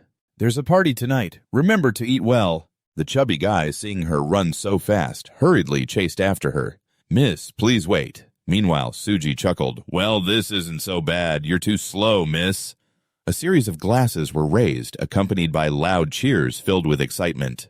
Cheers to the brave soldiers of the Tiger Clan. Suji, the hero of our journey. The clan leader, sitting at the high table in the center of the banquet, stood up joyfully and said, Today, let's drink to our heart's content. The guests, hearing such an invitation, were equally excited, cheering for the Tiger Clan.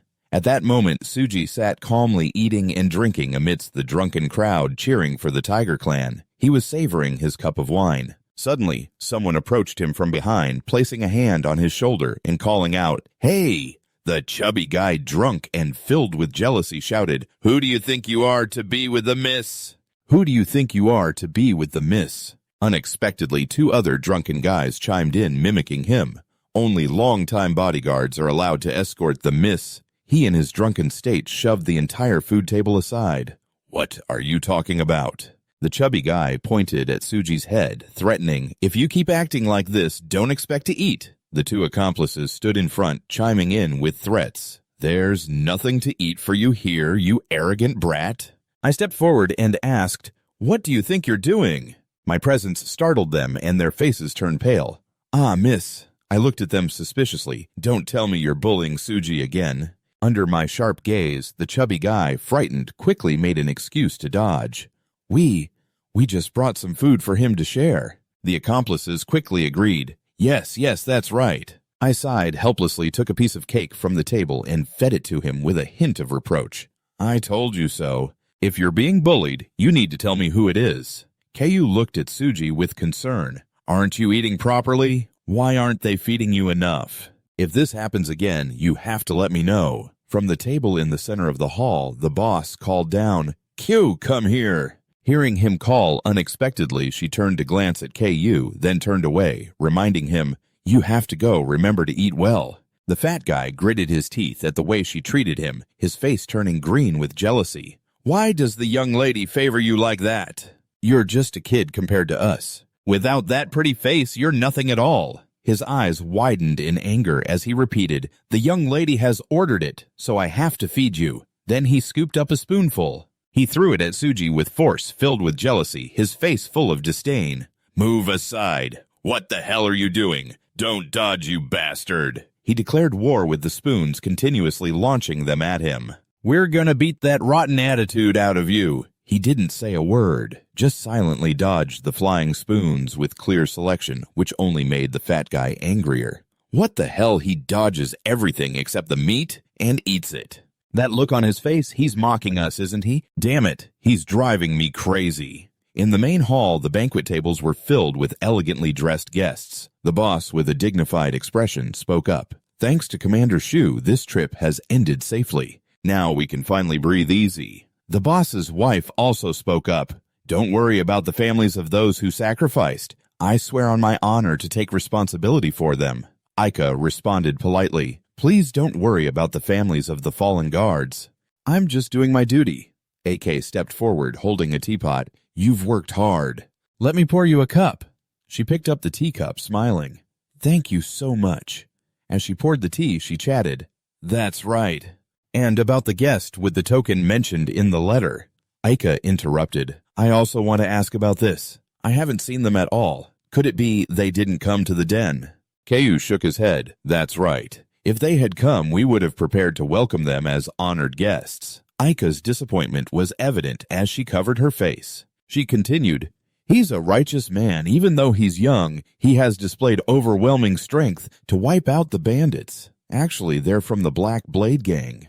Aikae recounted remembering Suji's appearance when he wielded the spear. I want to personally thank him again, but unfortunately I can't. She bit her lip in regret, thinking how great it would be to recruit such a master. Having a subordinate not only strengthens our sect, but also ensures my subordinates won't have to die anymore. She reached out to touch AK's tightly clenched hand, expressing her feelings. Sir AK, you've done so much for the den.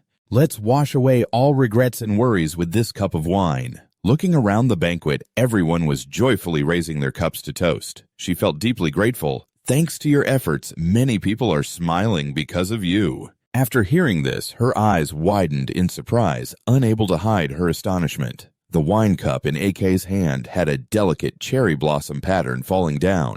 Watching the boss and his wife happily made her fall into deep thought. That's right. She turned around. Dare my subordinates are happily celebrating and toasting each other. She and her subordinates shifted their gaze to Suji, who was enthusiastically engaged in the food battle. We've fought to protect this peaceful day. AK leisurely raised her cup to drink. Suddenly her body froze as if something stubborn was appearing. AK immediately turned to look at Suji below whom she had just glanced at. AK seemed to be in a daze, unable to believe her eyes, thinking, what is that? From afar, she could feel someone's gaze focused on her. Her eyes widened in disbelief. The brat earlier Suji noticed and signaled AK to be quiet. She broke out in a cold sweat, placing the wine glass down as if it were falling freely full of questions. What are you doing over there? He transmitted a message through his eyes instructing, it's not time yet. It's still too early to use your gold card. Until then, keep quiet about me.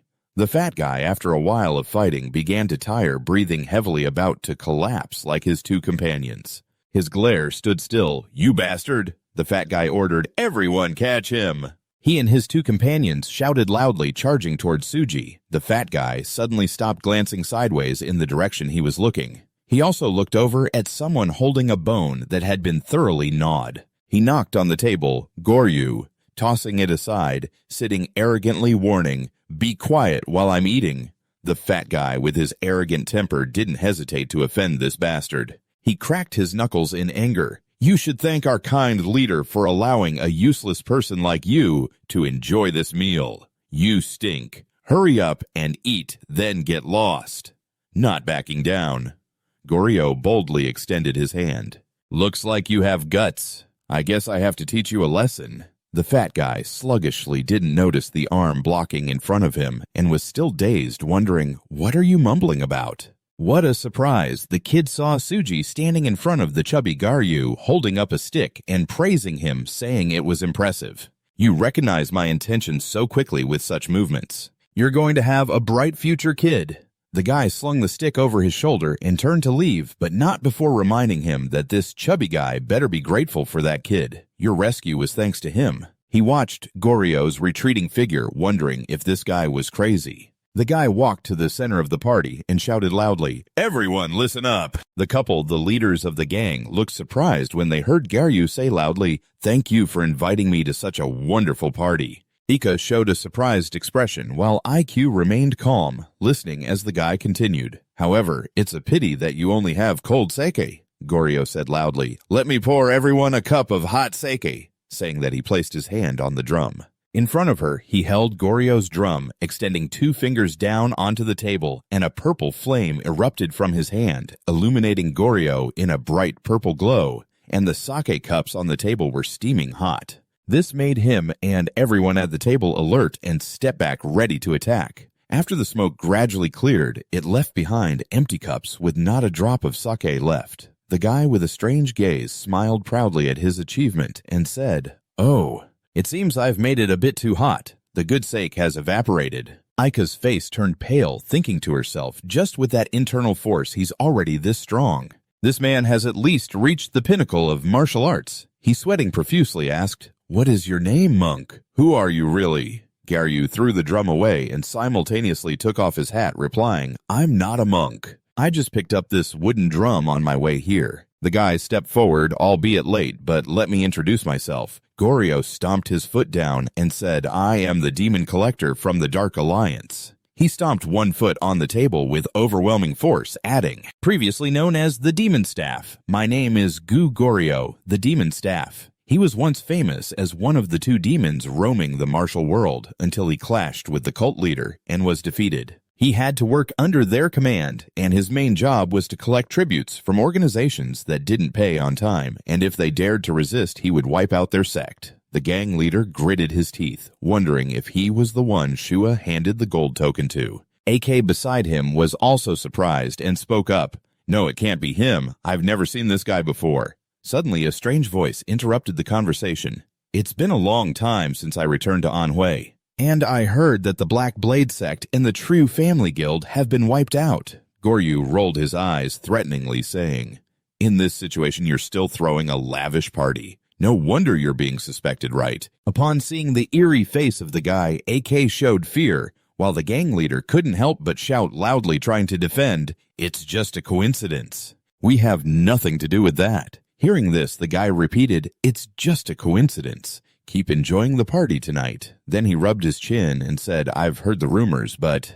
After that, he looked at Aiku, smiling wickedly, as if she was even more formidable than them. Seeing the guy's gaze, Aiku quickly glanced away, pretending not to understand. "What are you talking about?" Garyu looked at her and replied lustfully, "I heard the trio family was enchanted by your beauty, leading to their downfall, and I understand why. With a face like that, it's no wonder if 1 or 2 sects collapse because you're so beautiful." Suddenly, he rushed in front of Aiku and said, "Do you know what happens when a weakling is born with such beauty?" Just as he was saying that, Aiku glared at him with wide eyes. Goryo smugly laughed. "You will be forced to endure such unjust humiliation. Understand." Then he laughed loudly, hearing such indecent words. The gang leader, furious, drew his sword, pointing it at Goryo. "What do you mean? If you come here to cause trouble, don't expect us to just stand by." The guy showed a nonchalant expression. "Do you really think you can win against me? This isn't about winning or losing. My daughter was humiliated right in front of me." The gang leader stepped over that guy and ordered him to leave to avoid involving innocent people, but Garyu didn't want to follow his orders. "There's no need for that. Let's settle this right here." That guy's words only made him angrier, and he swung his sword. Garyu also drew his sword, and on this side, Aiku shouted in fear, "Please put your sword away." She closed her eyes, gritted her teeth, and endured, speaking softly. "Thank you for teaching us something important. This is your payment." Garyu gritted his teeth and replied, "Even after I spat in your face, you still poured me a drink." The daughter of a warrior clan is truly pitiful.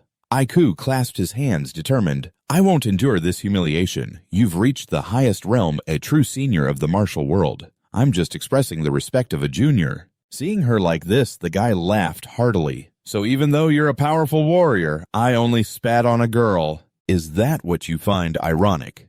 Aiku continued, "Perhaps my words weren't enough for you to understand, but I'm just expressing my true feelings, so please accept this cup as well." With that, she bowed her head, leaving Garyu a bit surprised. He laughed loudly, pleased to have gotten what he wanted, then drank the cup of tea in one go, clasped his hands, and said, "I'm sorry for the rudeness earlier, so gang leader, please put your sword away." A moment later, Goryo spoke mockingly, "I did this to preserve your dignity, gang leader. Let's end it here." Humiliated but still gritting his teeth, even the gang leader sighed helplessly. Garyu continued, "She truly is a sharp and wonderful girl. If I were 50 years younger, I would have taken her as my wife." The guy stepped forward saying, "I almost forgot the most important thing. Since the Black Blade Gang was destroyed, I can't receive their tribute. Returning empty-handed would ruin my reputation." The gang leader asked, "What are you trying to say?"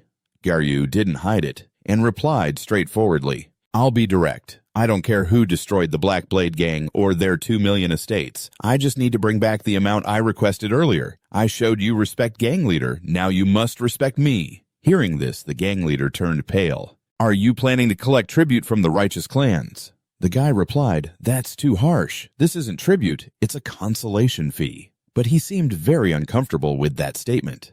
"So, are you demanding this consolation fee from the Namgong clan?" Then Garyu began to explain, "Namgong clan, don't be ridiculous. If I did that, I wouldn't receive a single coin and would be killed by that old man. I heard the Tiger's Might Gang did pretty well last time, right? Consider this a condolence for the poor soul of the Black Blade Gang. Doesn't that sound reasonable?" The gang leader replied, "Fine, just give us a little time." As soon as he finished speaking, the guy shot straight up into the air, saying time is precious for everyone. Hearing Goryo, the gang leader felt even more helpless. "If I anger the demon staff, the Tiger's Might Gang will be wiped out tonight. And even if I call for help from the Namgong clan, I'm not sure they'll assist. In the end, all I can do is bring all the money to me." A moment later, a bag of gold was brought over. As soon as Garyu saw the gold, he burst into laughter with joy. He continued, "I'll take this money, so don't touch anyone from our gang." Goryo looked up and said, "I'm not a monster."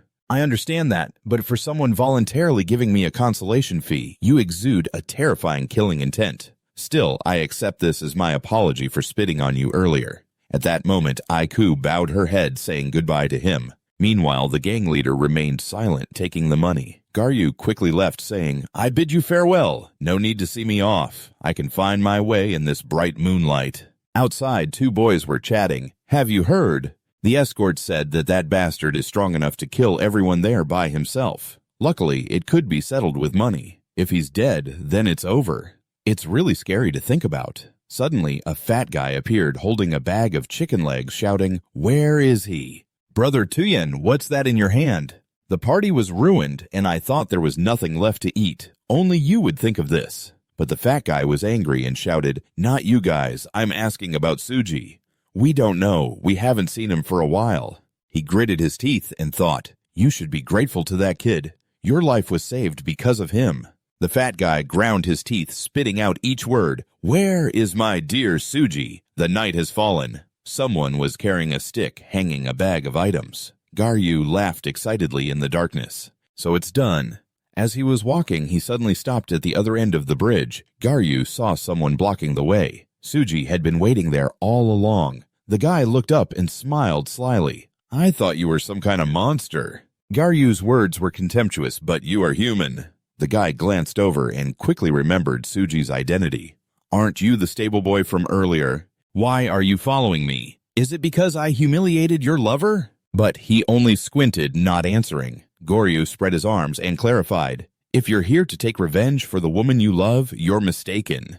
It's true that I spat in her face, but she didn't fall for his trap. She was very certain and emphasized that, in other words, my insults were wasted, so there was no hatred to take revenge for." Suji then lifted her head, emphasizing her point. "Maybe it's because you're half-heartedly imitating a monk that you keep spouting nonsense. Enough already." After that, he firmly took his weapon and stepped towards Suji with an aggressive attitude, loudly demanding that he hand over the money. But that only made Goryo laugh. "At 45, I never thought someone would dare to say that to me. I'm the traitorous demon knight." He raised his head and emphasized, "And now you're the next one." Goryo smiled before swinging his weapon. Suji quickly took a step back and then turned to look at his trembling arm. Suddenly, the guy remarked, "Nice spear. What's its name?" Suji simply replied, "None."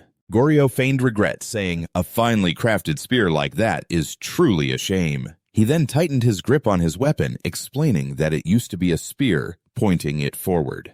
"But since the blade broke, I only use it as a staff. Still, because it's forged from black iron, it's very durable. It's a bit heavy, but that's the only flaw." He smiled excitedly, emphasizing, "If the blade were still intact, I would be called the demon spear, not just a demon staff.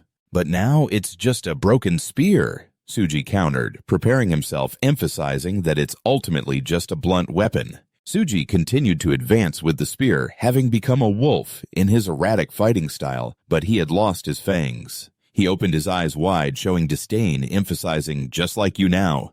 Garyu's eyes widened in fear, his face contorted and dripping with sweat. Damn it! The spear pierced through Garyu's helmet, throwing his head back, blood splattering everywhere. Goryo continuously twirled his spear with contempt. Sneaking up in a duel between men is truly cowardly. He smirked mysteriously, and Suji's eyes began to show caution. Then Garyu summoned a terrifying force, gripping the rope tightly, and Suji jumped up, throwing it away. At that moment, he focused all his attention noticing Suji throwing something towards him. Garyu wasn't panicking yet. "What now? A metal table?" He laughed mockingly. "What a cowardly move. But these petty tricks won't work on me." Garyu counterattacked immediately, and Suji closed in very quickly. Still, he had to admit one thing: "You're tougher than I thought." Goryo kept closing in with his moves. "Is it because I spat in your lover's face that you're so angry? You're really naive." Suji braced himself on the bridge, then flipped his body back, kicking Garyu in the head. Garyu gritted his teeth, feeling extremely frustrated, then he was kicked squarely in the face. Goryo felt pain surging through him. "What the hell is this? My saliva is burning. Could it be the poison from the Duong clan of Sichuan?" He started to feel fear. What exactly is this guy? "My vision."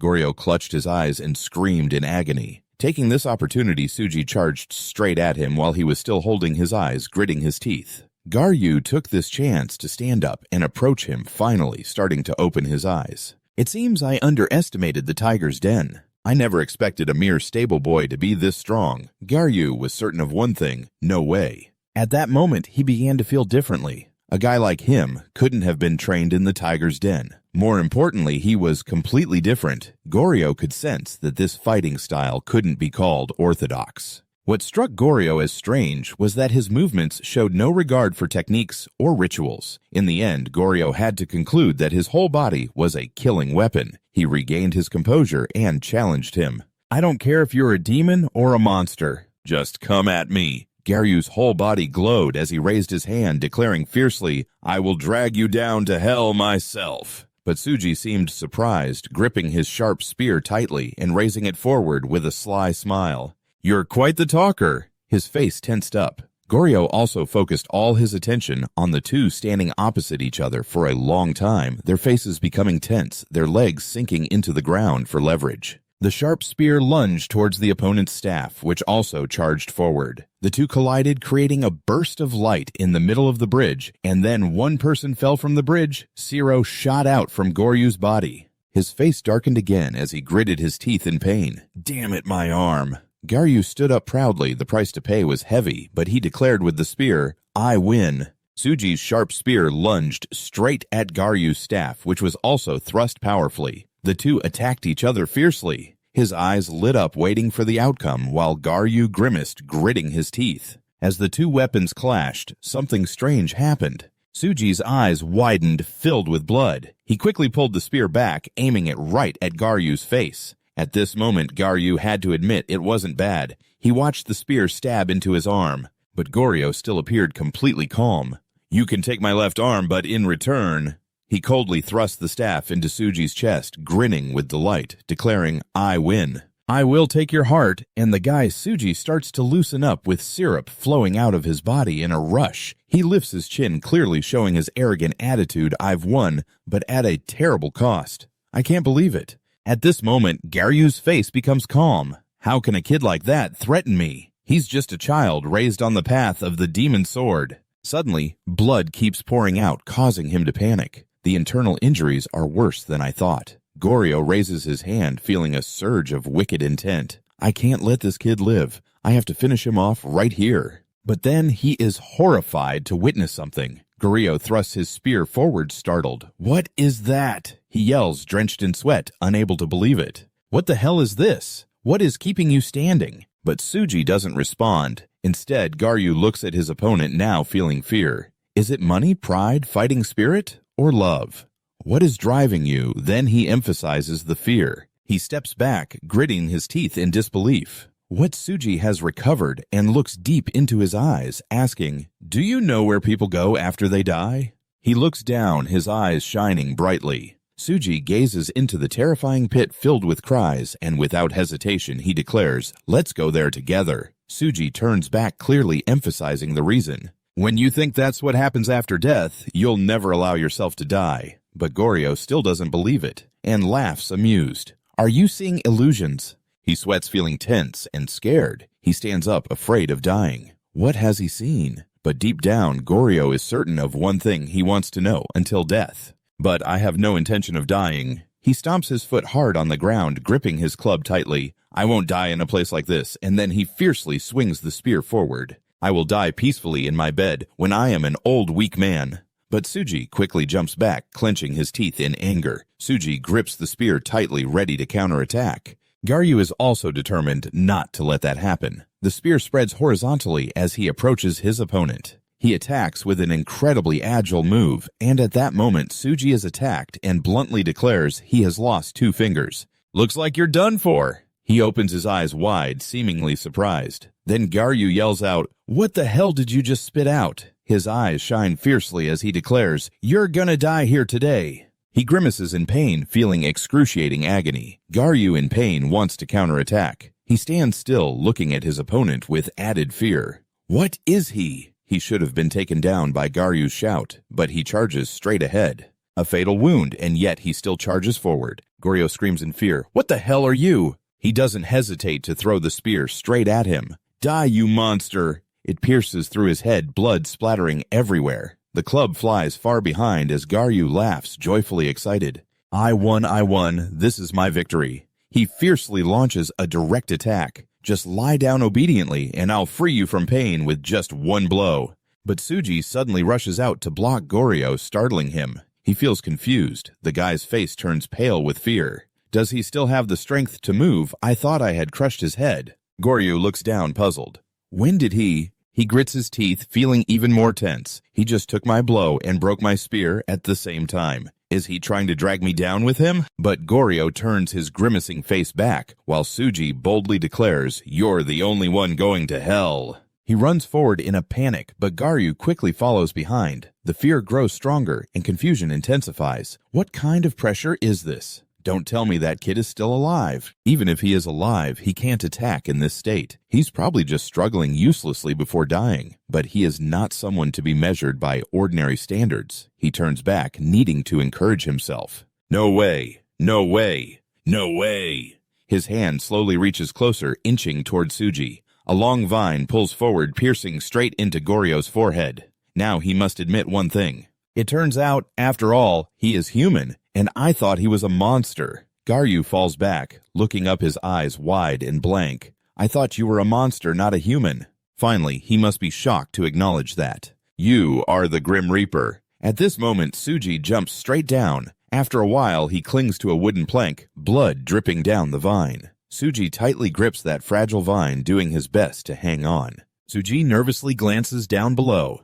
It's all so worn out. Tsuji clutched his left side, his whole body racked with pain, his insides feeling like they were tearing apart. He looked down and realized his leg was probably broken too, but he was determined not to give up on life as long as he wasn't dead yet. I can still recover. It's the cursed magic seal of the ultimate technique. He closed his eyes, feeling a bit tense. His master had once said that Tsuji would eventually understand one thing, the reason he could continue to seek revenge. Even though his body was shattered, it was thanks to the extraordinary recovery power of the ultimate technique. At that moment, he shouted, opening his eyes wide to look back. Because of that, his life was saved. Should he be grateful for it? Above him, a figure appeared, Garyu charred and falling from above his body, surrounded by sparks. Tsuji remained calm, reminding himself not to mess with him. Suddenly, rocks fell from above, and Tsuji was swept along his face, tightening as he was pinned down by something. Around him, terrifying voices echoed relentlessly.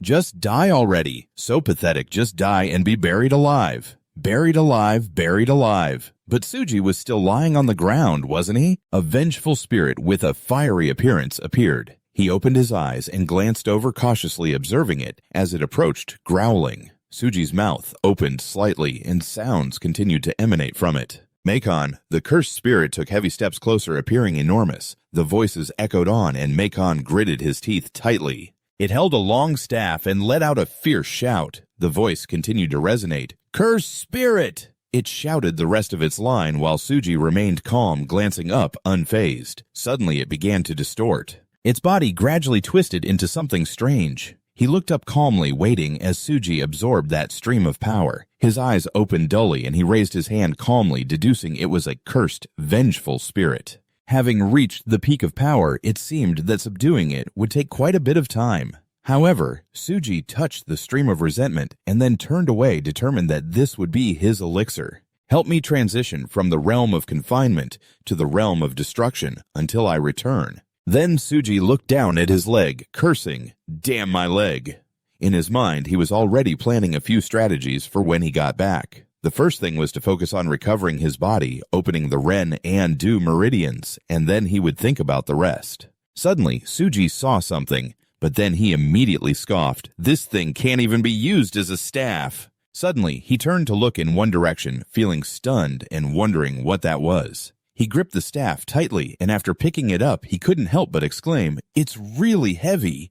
He squinted, feeling worried and apprehensive. If this was originally a complete spear, Suji recalled feeling stunned. Perhaps the one who died was him. He told himself he had to be determined not to become a toothless dog like this. He needed to sharpen the spear. After a while, Suji arrived at a street filled with red lanterns, carrying a staff with a white bag tied to it. He slowly walked straight ahead, then set the staff down on the ground, leaning against the wall in pain. Suji panted heavily, utterly exhausted. Even after absorbing power from the ultimate technique, he still couldn't fully recover. He was still suffering the consequences of that battle, since he had turned back to the past for the first time. I had poured all my strength into that battle. With each moment, he felt more drained. It was exhausting. Suji felt everything through his body. Each raindrop felt like needles piercing his skin. He felt like he was carrying a heavy burden. The staff and the bag on his shoulder felt unusually heavy. His strength was gradually giving out. He closed his eyes for just a moment, thinking he could rest a little. Earlier, someone had scratched his cheek, understanding him.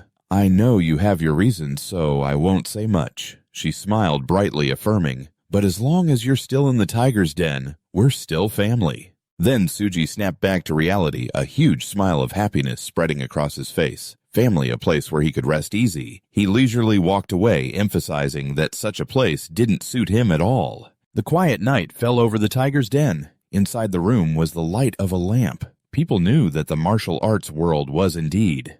The silhouette of IQ sitting at the table appeared, accompanied by a tired sigh. She wore an expression filled with unspoken feelings, thinking to herself, "I know that the martial arts world is indeed a place where the strong survive and the weak are not allowed to be weak. A world where only the strong can uphold their principles and beliefs until the end." Then Aiku opened the scroll, squinting and thinking to himself, "My father passed that down, and so will I." Lines of text appeared. Martial Alliance Academy.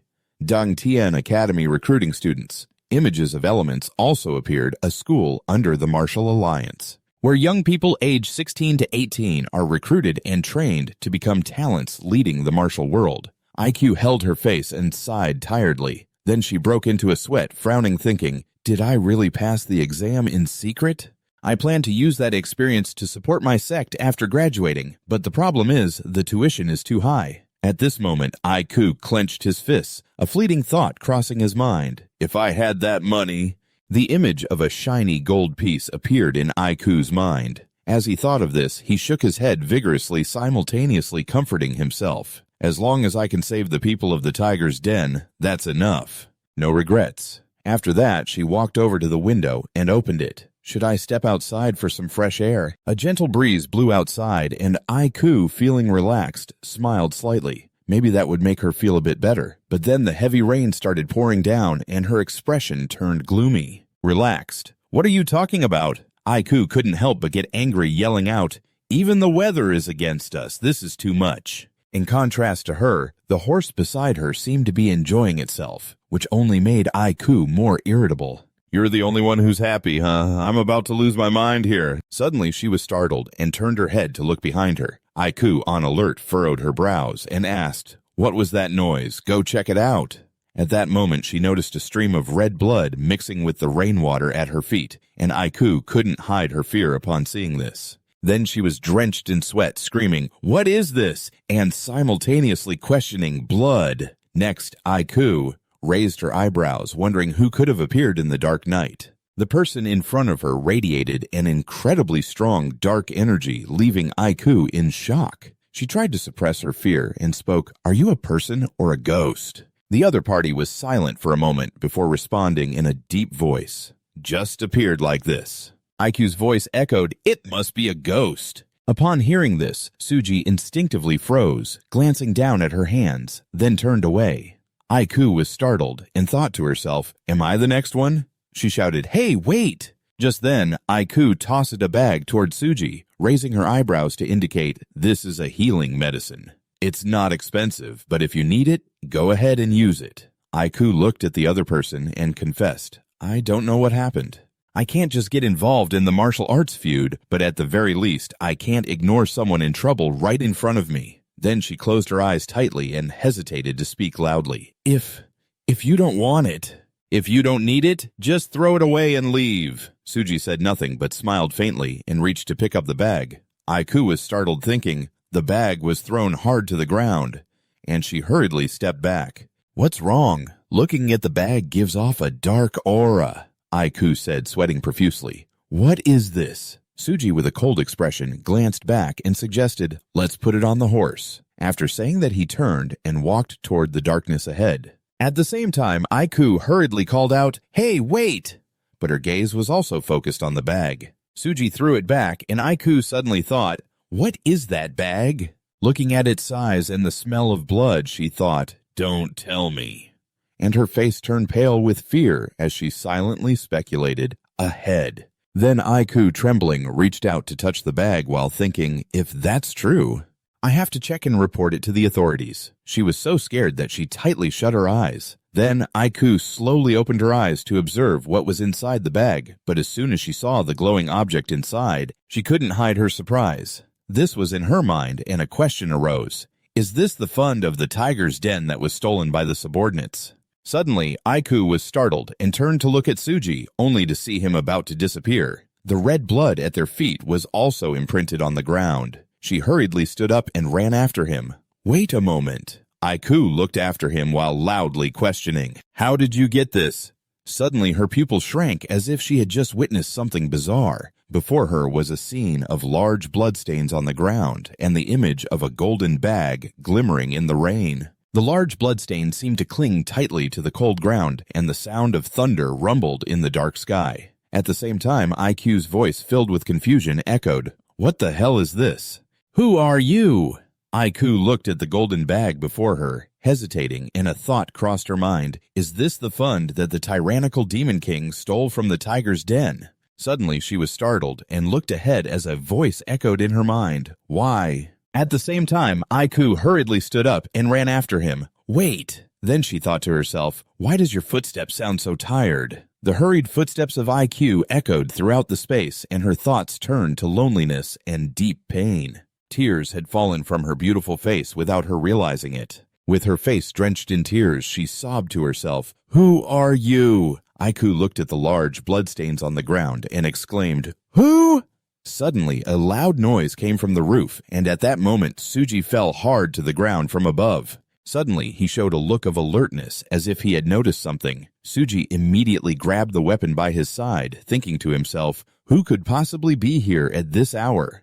Just then, Yu stood behind him, gasping and shouting, "Ah!" Then he was surprised and called out loudly, "Suji, Suji!" Hearing the familiar voice, he frowned and thought to himself, "It's him again. I don't have the energy to deal with your antics today." Next, Yu Tien ran over happily and asked Han, "Where have you been?" he exclaimed while his hand kept twitching. He sighed, feeling annoyed. With a nostalgic expression, he tightly grasped the hand of the other person, his benefactor, saying, "I've been looking for you everywhere. I saved some meat and rice cakes for you, but they've gone cold." Seeing this, he clicked his tongue and muttered, "What a hassle."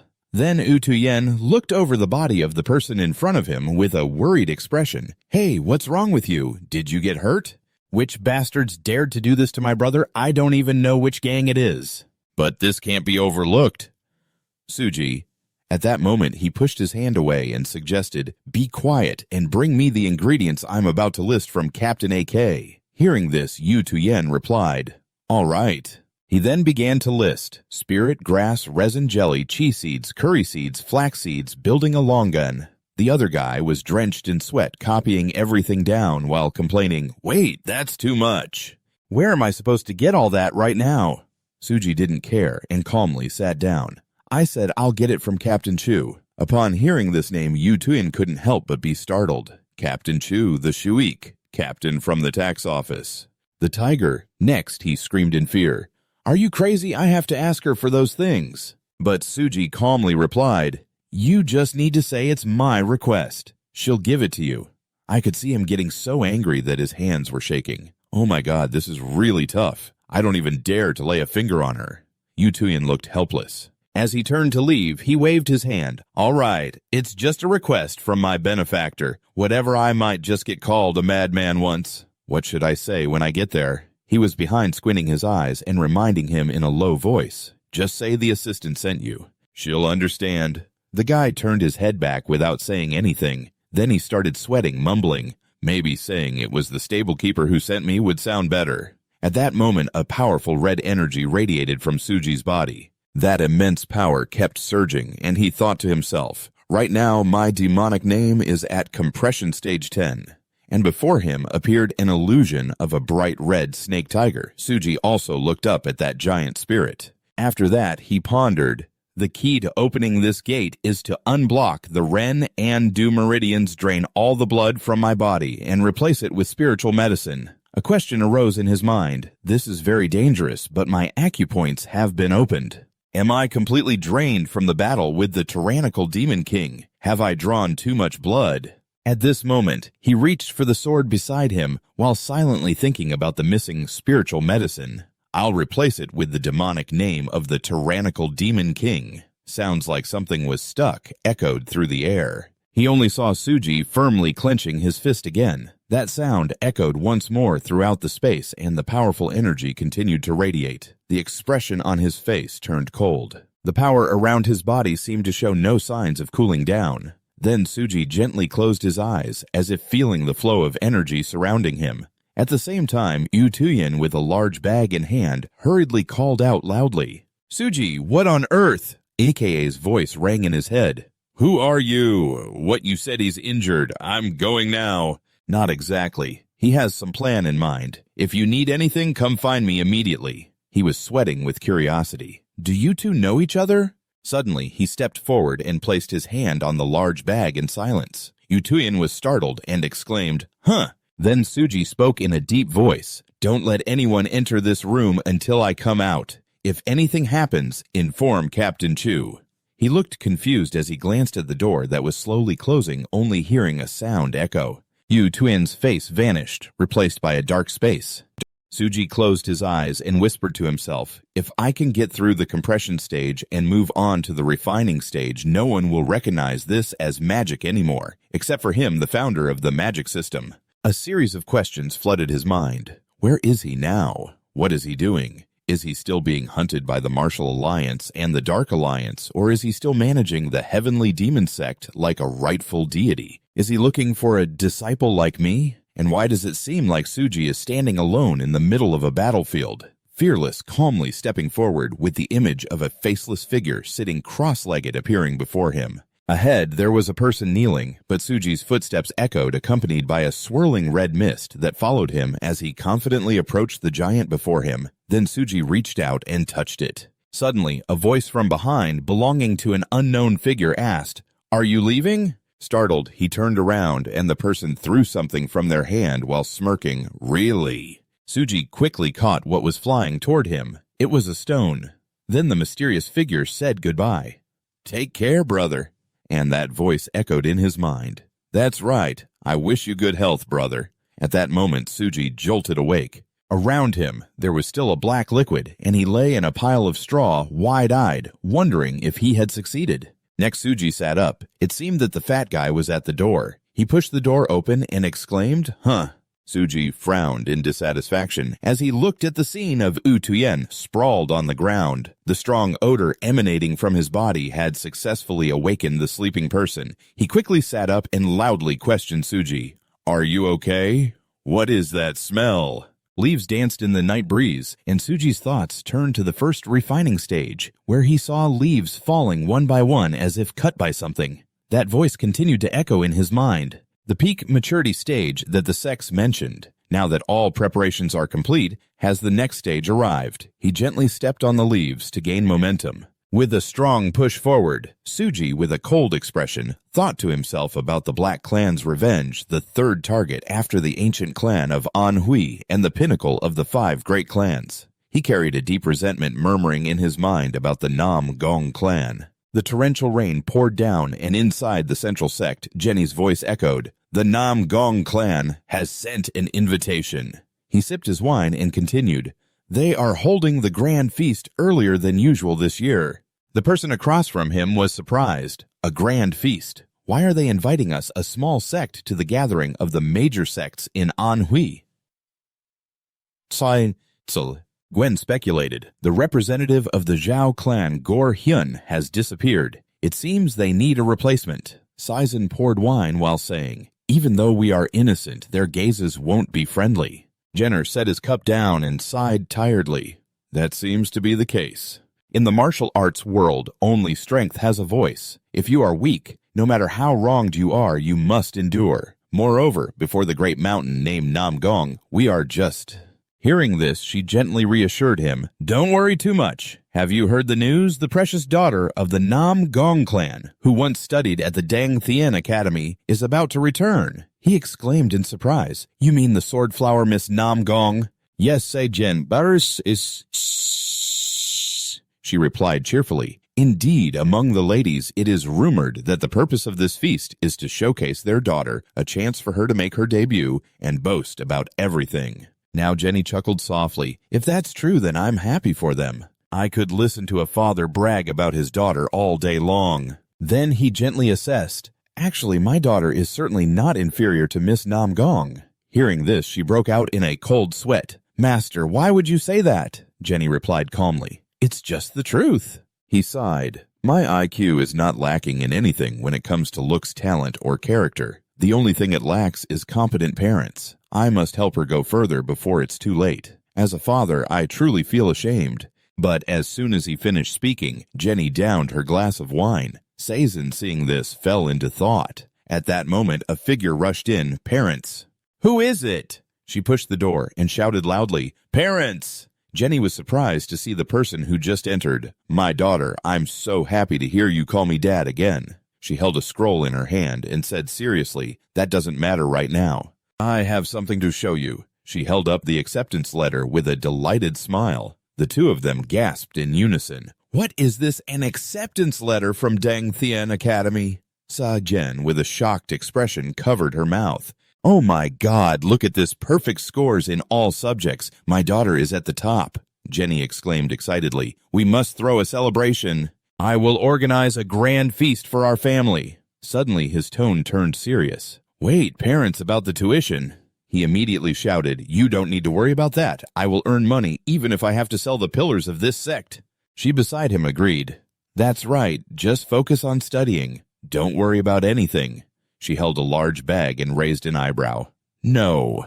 Then she threw a large bag of gold forward, and the two couldn't hide their astonishment at the sight of the money. "Oh my goodness." At the same time, who could comfort the parents? "Don't worry anymore," she said with a confident smile. "I've brought all the money back." The scene shifted to a clear lake with warm rays of sunlight shining down, revealing a horse bending down to drink water. Behind it were the silhouettes of two people who gently brushed their hair while thinking to themselves, "It's strange." Ever since Suji arrived, everything has been going much smoother. She then took a step towards the person sitting by the fire playing with a small lucky charm. Meanwhile, Aiku raised an eyebrow curiously. "I haven't seen you around lately. Where have you been wandering off to? Has anything changed since the last time I saw you a few days ago?" He heard the question but fell silent, not answering. She looked at the scene with an angry glare, and then Aiku smacked Suji on the head while shouting, "What are you thinking, being so lost in thought?" After getting hit, he looked dazed.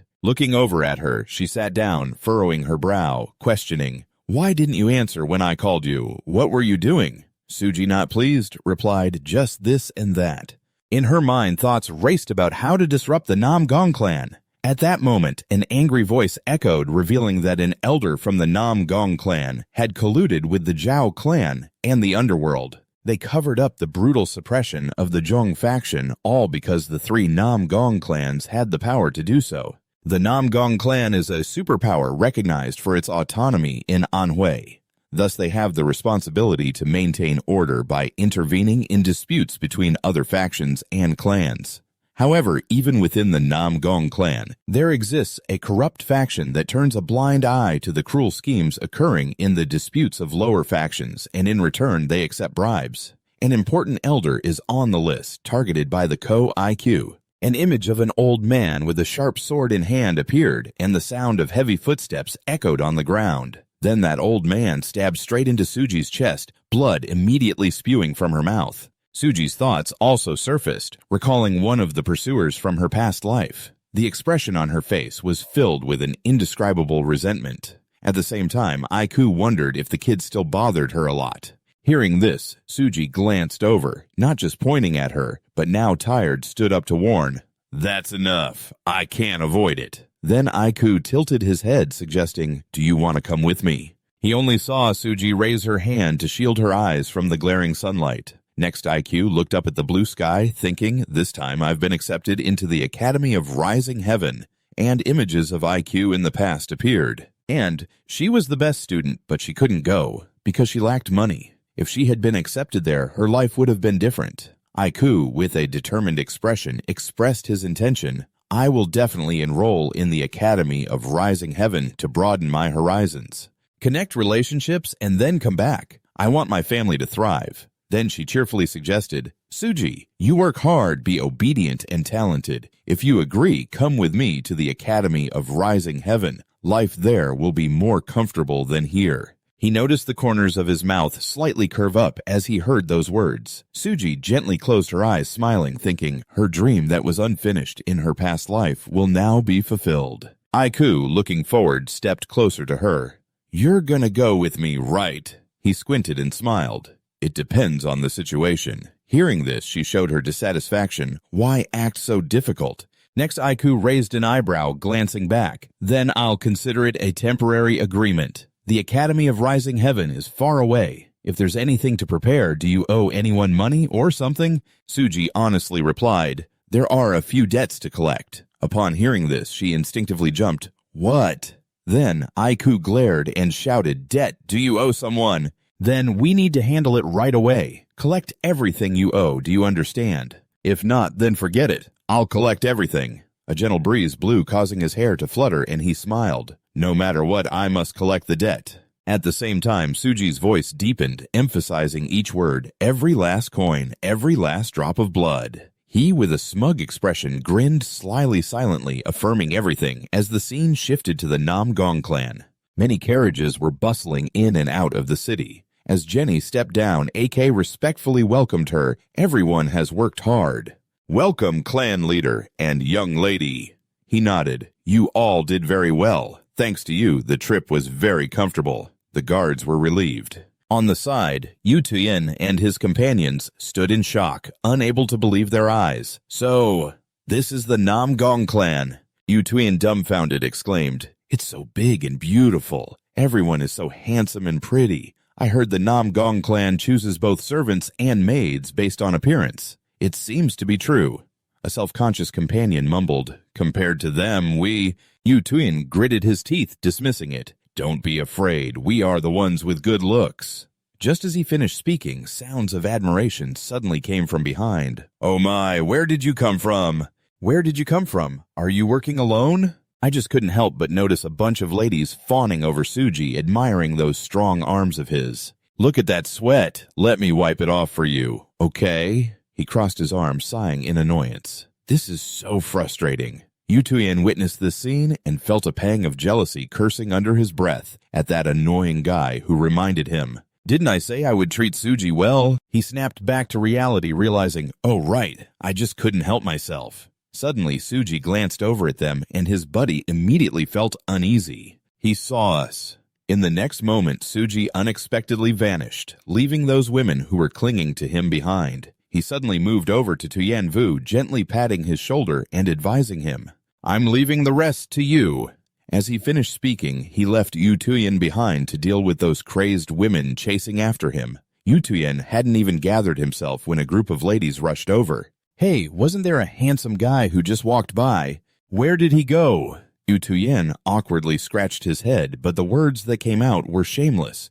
"Who, him?"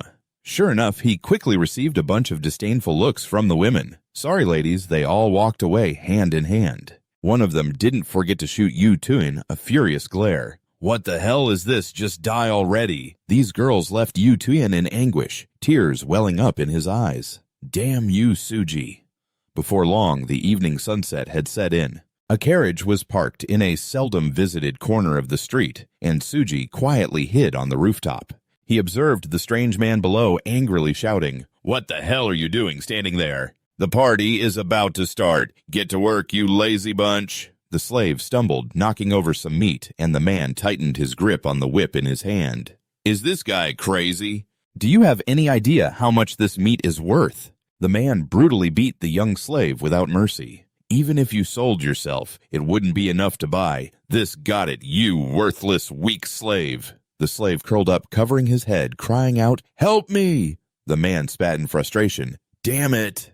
So annoying." The man kicked the slave's hand and ordered another slave, "Get this useless guy out of here quickly, and have you prepared the offerings for the blood ritual properly?" The second slave, trembling, bowed his head and replied, "Yes, as you instructed, we brought it back without drawing blood." "Is there a little problem?" The man glared. "What problem?"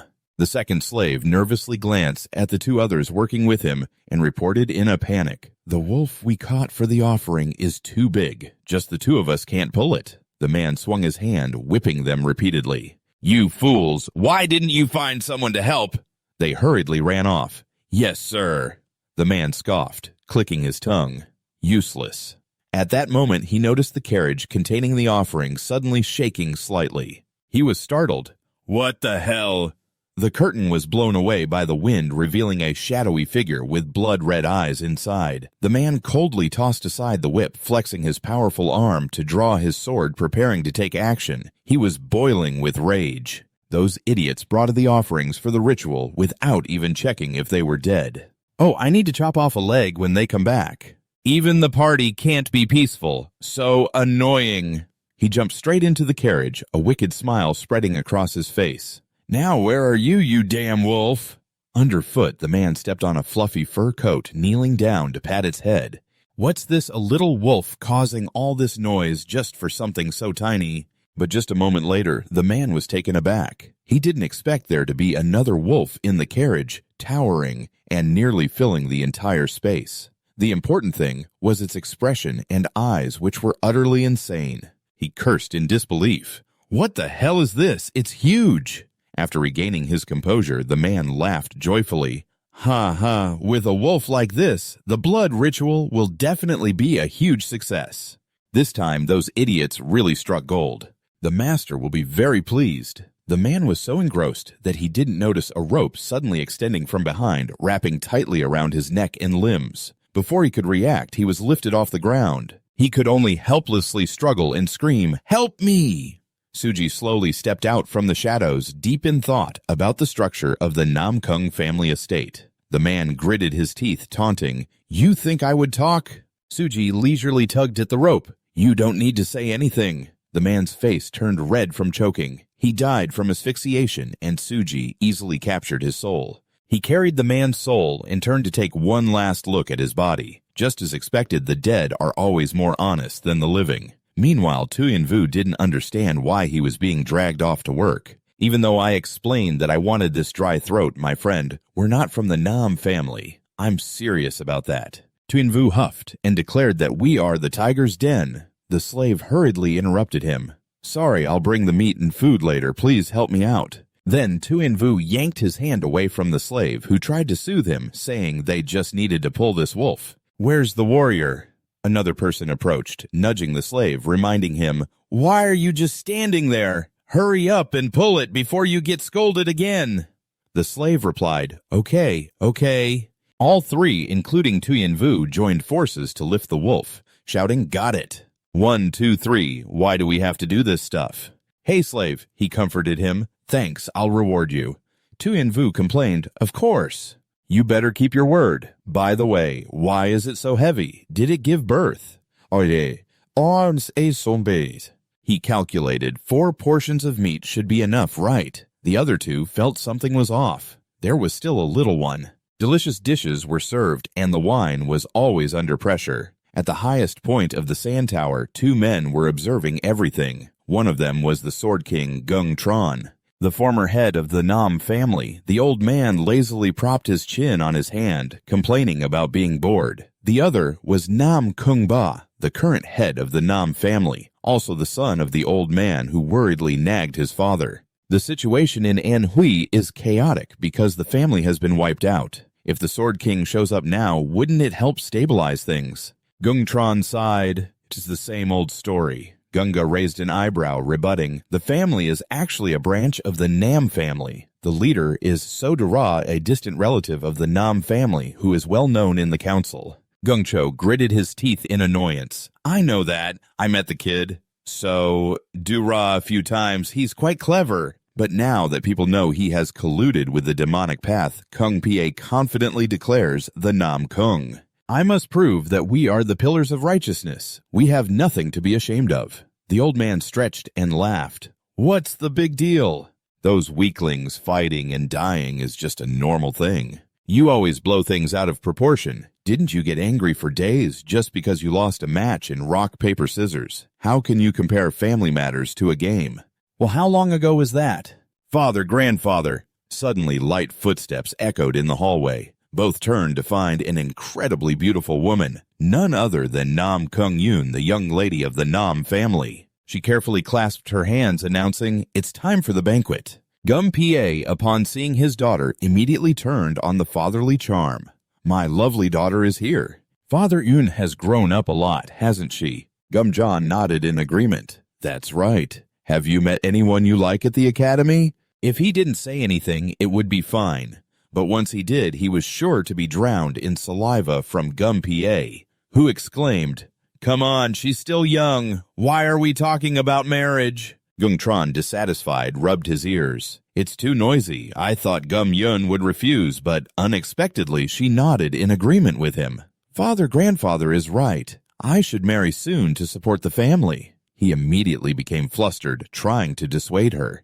"Still thinking about marriage now is a bit—" Gum Pie suddenly panicked, covering his mouth.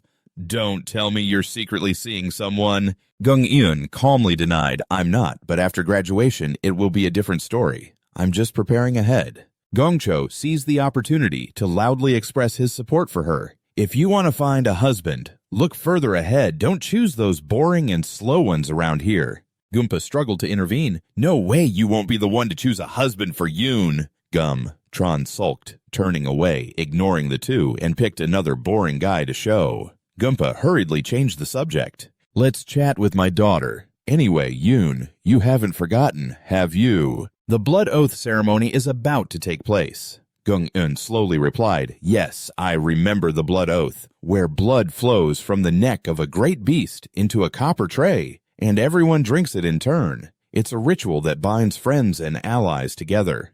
Gunga placed a hand on her shoulder, instructing her that her task was to use the family sword to draw blood for the offering into the tray. That was the most important role in this ceremony. Gunga looked determined, saying she would do her best to uphold the reputation of the Nam Kung family. Growing even more radiant, Gumpa gently waved his hand. "Great, let's head to the banquet then. Your father should stand up now." At that moment, Gumpa's gaze was suddenly drawn to a group of people appearing downstairs, especially since one of them was someone he recognized, a woman he knew. Gung Pie respectfully clasped his hands and bowed his head to Gunjan. "You go ahead, father." Before leaving, he turned back once more and called out to Gun Yun, "Knock right." She replied, "Yes," while Gung Pie's expression darkened, warning her about the sword. "You mustn't let anyone take it away, understood?" Gum-en looked confused, observing the sword in her hand. Of course not. The scene shifted to the dining table of the guests, where someone had started stirring trouble. So, this time, it's not the family being invited, but the Tiger Clan. I thought the Tiger Clan was the one that wiped out the family. It's the Do and Ma Dao, but seeing them here, that can't be right. The person sitting across casually chimed in. Come on, make it reasonable. The Tiger Clan has no money or power.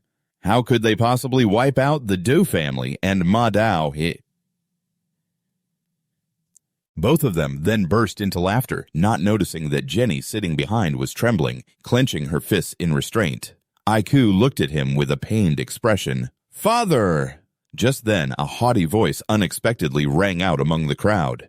Why does everyone look so serious? Aiku and Jenny simultaneously turned in shock as a familiar aged figure approached, leisurely stroking his white beard and sneering. Is everyone not satisfied with the terms of the agreement? I worked very hard to write it. The guests around hurriedly flattered him. The man known as the elder of the Nam Kung family was not surprising given how fair the terms were. You were the one who drafted it. They greeted the elder respectfully. We feel reassured to be protected by the Nam Kung family. As for the 3 terms in the agreement, they all clearly benefit the Nam Kung family. Except for the second term, which mentions sharing the family's secret techniques with affiliated organizations. Those present felt a deep bitterness. The cunning fox has appeared again. Fairness, how laughable. Truly a greedy person spares no place. Despite their inner dissatisfaction, they still had to smile falsely, as if they were very grateful to be chosen to learn the martial arts secrets of the Nam Kung family, truly like a dream. Yes, pacing, he smirked. That's very good. And who is that? Realizing he had been called out, Jinan and IQ stepped forward to greet Peizing. Could it be the rumored leader of the Tiger Clan? Yes, Elder, it's such an honor to meet you, he said delightfully, patting the Elder on the shoulder. What honor! We will meet often from now on. It's truly unfortunate about the Du family, isn't it? Jenny firmly asserted. Elder, I swear I have nothing to do with the destruction of the Du family. Before he could finish speaking, the hand on his shoulder tightened with the weight of 1,000 pounds. Bei Seng cheerfully tortured Jenner with his actions. Of course I never said you were involved. I invited you here because I trust you. Today's blood ceremony will be a wonderful opportunity for the Tiger Clan. Once the Tiger Clan becomes stronger after receiving the Nam Kung family's secret sword techniques, won't you be able to pay for protection and still seek benefits? He continued to mock Aiko, who stood behind. And what about your broken engagement with the Du family? Instead of becoming someone's wife, why not try being a concubine? I've heard many young people these days prefer to be the concubines of powerful older men rather than the main wife of a useless young man, right? Bei Seng reached out to touch IQ, but suddenly a powerful force surged unexpectedly, pushing away his filthy hand, accompanied by a heavy tone from Gongba. What are you doing there? Bei Song turned pale in an instant, frightened and unable to move before the overwhelming energy radiating from the man who had just appeared. The head of the family, Bei Zixen, frowned, thinking to himself, what a troublesome disruptor. He weakly opened his mouth to explain, it's nothing important. I just saw a familiar face among the honored guests and exchanged a few words. Goomba angrily questioned him. I will be the one to decide whether that is important or not. I think I should ask you what's going on. The atmosphere is incredibly tense, yet you seem to be in a good mood, laughing heartily. The guy calmly reveals that the family head seems quite stressed before the grand ceremony. She said she wanted to ask a few things about the oath, so I'm just giving her some advice. He suspects, doesn't he? Yes, Jenny stammers, lowering her head. Yes, that's right. You're so cheerful. Honestly, there's nothing to worry about. You don't need to be concerned. All right, I'm off. Please feel free to chat. As he passes by Jenny, he whispers a threat into his ear about their unfinished conversation today. I'll continue next time. Goomba frowns, watching Peizeng's figure move away. He sighs tiredly, but then quickly regains his composure, clasping his hands. I'm sorry, Jenny, if Elder Nam Gumpa Peizeng said anything disrespectful. He definitely said something. On behalf of him, I apologize, Master of the Tiger's Den. Jenny, flustered, waves her hand. No, there's no way I can let the family head apologize to someone like me. Goomba looks a bit surprised. What's wrong with you? We're about to become close allies, right? I at least have to apologize so he can forgive the rudeness of Elder Nam Gumpa Pazang. I also have a bit of decorum. He turned to Aiku and declared responsibility. It seems one of the old men from the clan said something rude to her. I also apologize to you for that. Aiku gently denies it, saying it's fine. I'm okay.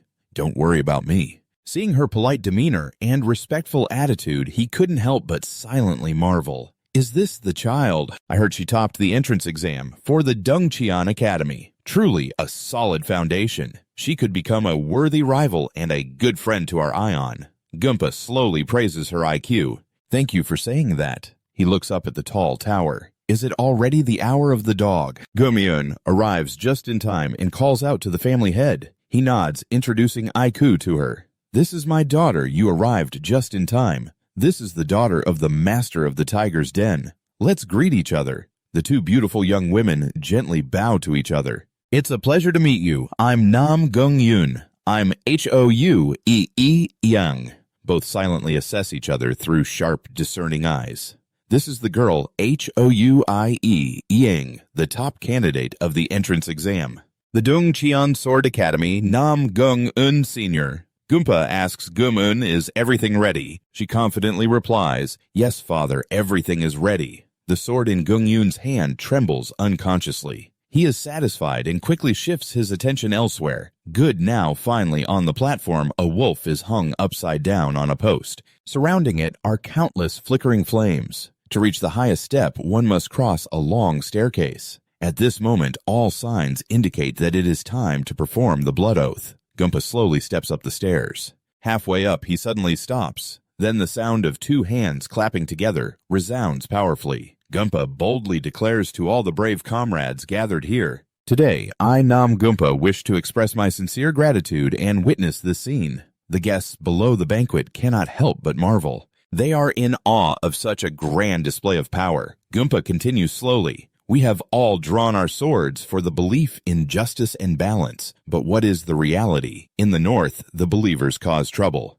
In the east, there are the Manzi tribes. And in the west, the evil cults are rampant, and the power of the Murim alliance should have stopped them, but is weakening day by day. Therefore, starting from this oath today, we will become one, and we will protect the justice and balance that we have preserved through many generations. As Gumpa finishes speaking, he resolutely raises his hand high as a symbol of commitment. Immediately after, a wave of hands in the crowd also rises in agreement and cheers. He is Nam Gumpa, Nam Gumpa, Nam Gumpa. The scene shifts to the sound of drums beating continuously. Gung-en slowly walks forward, holding her sword with a serious expression, stepping onto the stairs. She quickly crosses each long step and approaches the family head. He orders his daughter to go. She gently nods, and in the next moment she uses her fastest speed to leap to the highest step of the staircase, only stopping when her shoes touch the destination. She carefully observes the beast's corpse hanging upside down before drawing her sword. Gung-un closes her eyes and begins to feel the power from the sharp weapon. The sword of Nam Gong is my sword today, right here. I will give my all and bring glory to the name of Nam Gong. She suddenly opens her eyes wide and leaps into the air, her trained arms slicing through the air with brilliant sword strikes. Gung-un gracefully transitions between the sword and its sheath. The way she uses her breath is incredibly skillful. Now this final part of the ceremony, she lightly pinches the sharp blade with 2 fingers. Gung-yun is determined that on this sword's tip, I will place my life, the unparalleled sword of the vast sky, dancing for eternity. Now at the final part of this ritual, she gently pinches the blade with 2 fingers, determined that on this sword's tip, I will place my very life, the unparalleled sword of the vast sky, dancing through the ages. The only sword she wielded was aimed without hesitation at the wolf's forehead, completely unaware that someone was waiting with a victorious smile ready to trap her with a bloody hand. After piercing the wolf's belly, a man intentionally donned the wolf's head to fully impersonate it, rushing out. At that moment, Gum-yun suddenly recalled her father's words, "Don't let anyone take the sword from you." Gum-yun couldn't react in time and was immediately choked by her opponent, the sword slipping from her grasp as she stared wide-eyed in horror, wondering what had just happened. Someone was inside the wolf's stomach. This can't be real, can it? But no, the feeling of choking was all too real. More importantly, where was the holy sword? Gumyun wanted to reach for it, but she found the sheath slipping from her hand, falling into the void, her heart feeling like it had stopped. The man wearing the wolf's hide grabbed the sheath, casually pressing it against Gumyun's neck, even threatening her fiercely. "Now I will pressure your acupoint, and if you resist, I will cut off your ears first." Gumyun whimpered in fear. A painful sound startled Gum-pa, who was standing below. He turned in shock, the crowd around him murmuring, "What is that? What just came out of the wolf? It definitely looked like a person." "No, it can't be. It's just its intestines spilling out." Gunpa immediately went into battle mode, determined to rush up the stairs to check on his daughter. Yoon's energy was scattered what had happened up there. However, upon seeing the object that had just fallen on the stairs, Gung-pa's eyes widened in shock. It was the sheath of the holy sword. Just then, a cold voice echoed above him. "Listen, you people of the Nam-gung clan." Gunpa was startled, looking up towards the top of the tower. He shouted his daughter's name. "Ngak, you murderer, let my daughter go immediately." Suji, under the wolf's fur, coldly emphasized, "I have 2 demands. The first is—" He impatiently interrupted. "You monster, can't you hear me? Let my daughter go!" Gunpa angrily shouted. "Suji, be quiet for a moment. I can't hear anything." Gumpa's face twisted in anger. His father calmly reassured him. "Don't be hasty, even though you've inherited the position of clan leader. Why can't you fix that habit? If he intended to kill the girl, he would have done it already. He definitely wants something. That's why he's up there, right?" Suji smirked. "That clever old man." Gum-troll smiled mockingly, thanking the young man who held Gumyun tightly by the neck, not allowing her to escape while threatening her with the sword at her throat. "If anyone tries to stop me again, I will behead this girl first." Gunpa gritted his teeth in panic. Suji then solemnly stated again, "As I said, I have 2 demands. The oath made today is invalid because it is unjust." The crowd below the tower buzzed with chatter upon hearing this. Meanwhile, Suji continued to rant. "The Nam-gung clan, a pillar of the righteous faction, is participating in a despicable and unjust contract. Therefore, the great cause cannot stand. Secondly, the one who created this wish must be killed. If you bring that person to this altar, I will release this girl without a scratch." Gunpa hesitantly raised his hand to speak. Suji gestured for him to hurry up. Gunpa hesitated, revealing that the wish would be amended for fairness, but killing the one who created the wish was unacceptable. His face darkened, and a sinister smile spread across his lips before he said, "Unacceptable." He then shouted directly at Pei-sen, who was hiding in the crowd, "Why didn't you consult him first?" The guy suddenly felt himself being called out. He jumped in surprise, pointing at him and shouting wildly, "You monster! Do you think the Nam-gung clan will be shaken by your crafty words?" Suji remained indifferent, declaring, "If you come up here, I will release this woman safely." Bei exclaimed in desperation, "You crazy lunatic! Are you planning to seal my martial arts?" "Ridiculous." Suji poked his head out from behind Gumyun, questioning, "When did I say I would seal your martial arts?" Bei-sen looked up in confusion. "What?" Suji confidently asserted, "You don't need to seal your martial arts because I just need to kill you." He pointed his sword at him, his whole body seeming to drown in a bright red hue. "So stop talking nonsense and come up here now." At that moment, Bei-sen from behind Gunpa shouted loudly, "Clan leader, I'm going up there to save Gumyun." But Gunpa said nothing. Everyone saw him standing still like that. They began to whisper among themselves, "No way, is he really going up there? His granddaughter's life is in danger, of course he will go." Even so. Meanwhile, Gunpa clenched his fist tightly, frustratedly thinking to himself, "I can't fall into that demon's trap.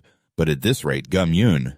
Moreover, if it were the elder, he would have pulled himself out of that line of thought." He turned to Bei-seng and said, "All right, go ahead." Hearing this, Bei-seng couldn't help but exclaim in panic, "Huh? What?" The guy gritted his teeth, cursing silently in his head. "Damn it, this crazy chief. I said I would go, but why is he nodding so eagerly? That guy would never do this without some kind of plan. Just like that, he wants me to go up." Everyone around looked at Pei-seng, waiting for his decision because of his niece. It was just as expected. I felt sorry for the kid. Facing an elder from the Nam-gung clan, Bei-seng was having a headache. These guys really have no idea what I have to endure. Then from afar, a voice caught his attention. "Bei-seng, you lazy bum." "Yes."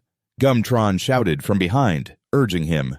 How long are you going to take? Get this old man up here now.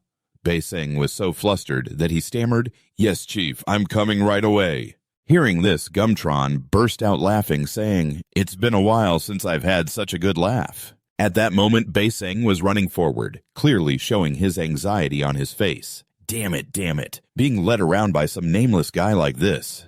If it's come to this, I might as well. Baiseng shot a fierce glare at Suji, who was tying up Gung Yun, silently plotting his plan. He could tell that Suji wasn't fully matured yet. If you're not a master of rejuvenation, I will kill you myself. At the same time, Suji was glaring back at him, thinking, Finally, I've found you, Nam Gong Paiseng, the one who topped my kill list because you're involved in the UC deal. You've hidden the massacre of the Tiger Clan. Without investigating at that moment, Baiseng spoke up, What are you planning to do? But in Suji's mind, he was thinking about avoiding trouble. After that, he would chase after IQ and leave her with a fatal wound. And after I wiped out the remnants of the Hong Gong cult, he spread false rumors to turn me into a public enemy of the martial world. Suji asked, Baiseng, I heard from the butchers at the slaughterhouse that you were the one who ordered the capture of those wolves. Is that right? Hearing this, he nodded and replied, That's right. Catching the mother wolf is enough. The guy continued asking, Why capture the wolf pups? Baiseng replied, Is there any reason not to? Dangerous species must be completely eradicated. If we let them live, they will become beasts harboring hatred against humans. Suji smirked, replying, I know. After saying that he got angry thinking about the persistence and ruthlessness of this guy, which hasn't changed at all. Whether in this life or the last, you and I can't share the same sky. Then he stepped in front of the wolf and said, I'm sorry for having to do this to that old snake. He emphasized, I'll send him straight to hell. With that, he jabbed his hand directly into Gung Eun's acupoint, causing her to cough a few times. She screamed, You bastard! How dare you do this right in the Nam Gung house and think you can escape? Suji quickly replied, I can. Just with this one word, he left her stunned, shouting, What? In the face of Gumpa's fury as he called for Gumyun, along with the bewildered looks from Gumtron and the disciples. Gumpa yelled even louder, Gumyun! When he saw her and Suji kissing, and then both of them pulled away. Gung Eun quickly coughed up blood, trembling and screaming in agony. Meanwhile, Suji just raised his hand to wipe his lips and shouted, You're all right. Gung Pa was shocked, yelling, What are you doing? This isn't part of the agreement. Suji tightened his grip on Gung Eun's shoulders, saying, I'm not hurting her. I just let her drink poison. I didn't break my promise. Then he quickly threw Gung Eun forward under the astonished gaze of Baiseng. Gung Pa saw his daughter flying through the air and shouted, Gung Eun! Without hesitation, he used his powers. He jumped onto the nearby rooftops to catch Gung Eun. As he caught her, he noticed her internal energy was in disarray. It seemed like some kind of energy-dispersing poison, a type of poison that even I couldn't recognize. Who the hell is that bastard? He then shouted loudly, Call the doctor, quickly! The disciples there immediately obeyed. Yes, Chief. Gumpa ordered the remaining disciples to capture that guy. At that moment, Suji took out a small vial from his person, gently swinging it in the air, and then he declared loudly, This is the antidote. If anyone else steps onto this altar, or if you Nam Gung Paiseng try to run away, this vial will be crushed immediately. The disciples standing there went crazy, shouting, You're so despicable. In the blink of an eye, Suji pulled out a weapon, gripping it tightly in his hand. Seeing that weapon, Baiseng fearfully asked, What's your connection to the demon that collects money from the Dark Alliance? What sect is that? Suji began to launch an attack, telling him, You don't need to know. Baiseng bent down slightly, saying, No warning at all. This crazy guy.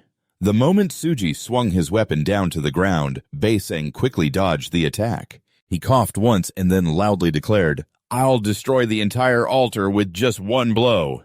Meanwhile, Suji kept moving through the debris floating in the air. Baiseng seemed to have realized who he was and shouted, So it's you.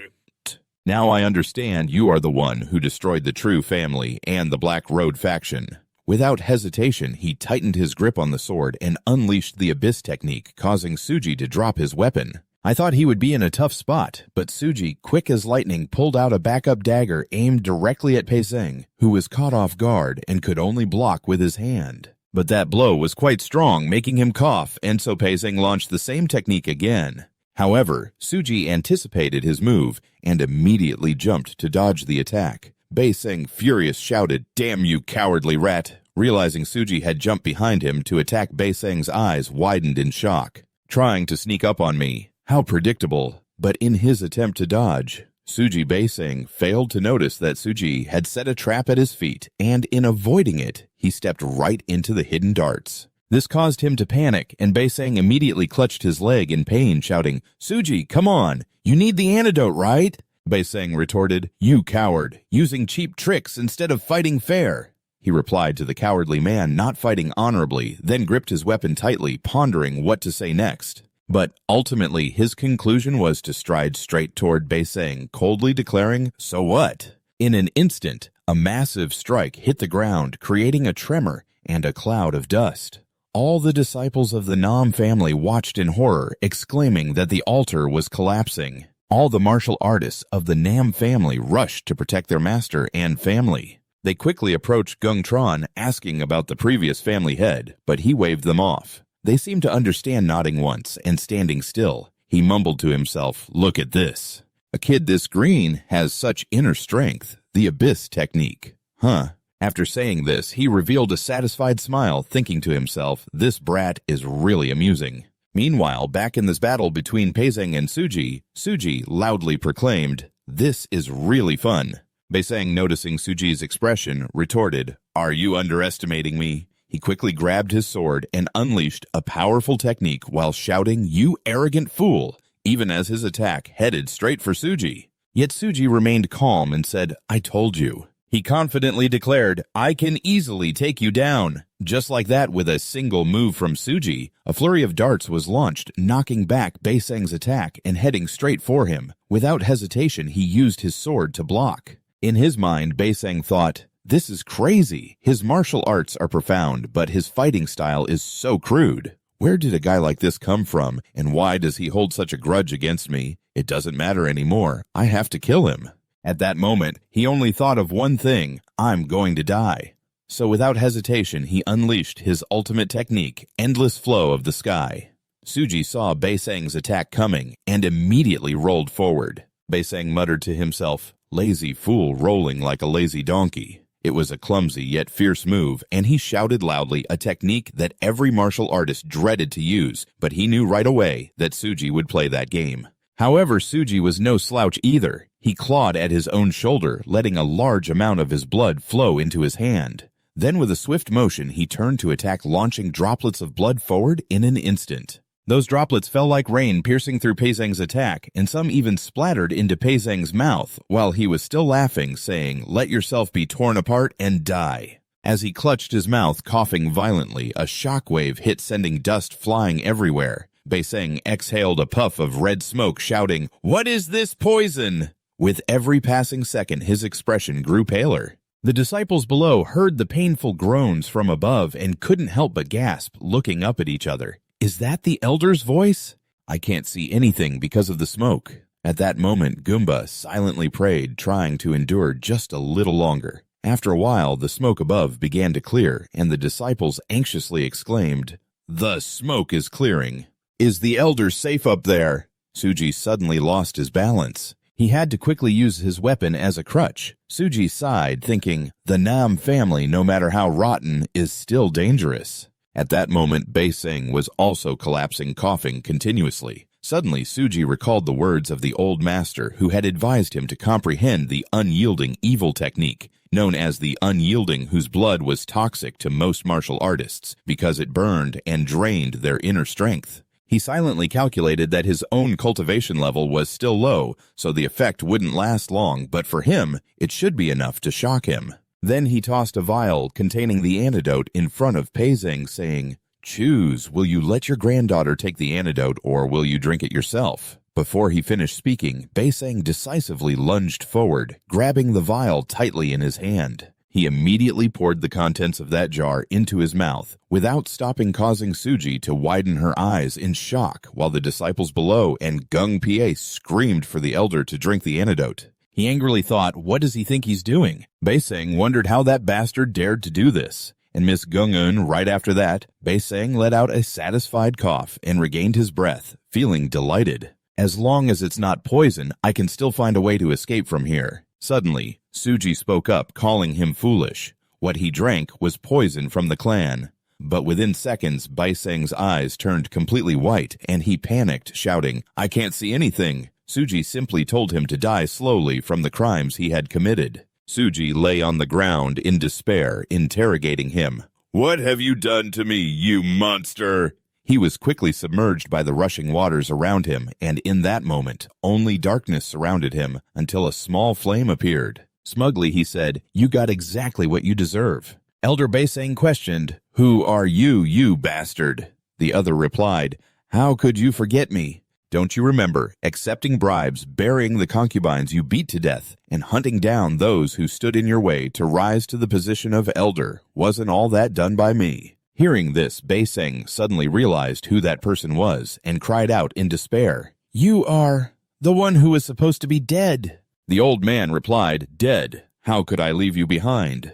Wasn't I one of those who helped you become an elder? Baiseng retorted loudly. You think you're important. You're just a hunting dog. You and the northern and southern clans, along with all the subordinate families, are just my dogs, Duthi, he said with a wicked smile. That's right, you made me do countless dirty jobs.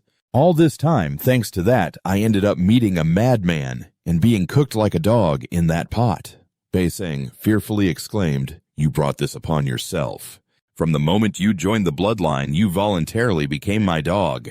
If you're a dog, then do your duty and listen to your master. Baiseng bit his tongue and used his technique, not forgetting to warn Duthi. Now get back to the underworld. Duthi only smiled with a knowing grin, while Baiseng's face turned red with rage as he glared at him. Duthi informed him, You'll soon follow me. In the remaining part of your life, this place will be cold and lonely. Come here and prepare yourself. Baiseng mumbled, Who cares about the words of the vengeful spirit? Back in reality, Baiseng coughed up a pool of blood. He looked ahead in confusion.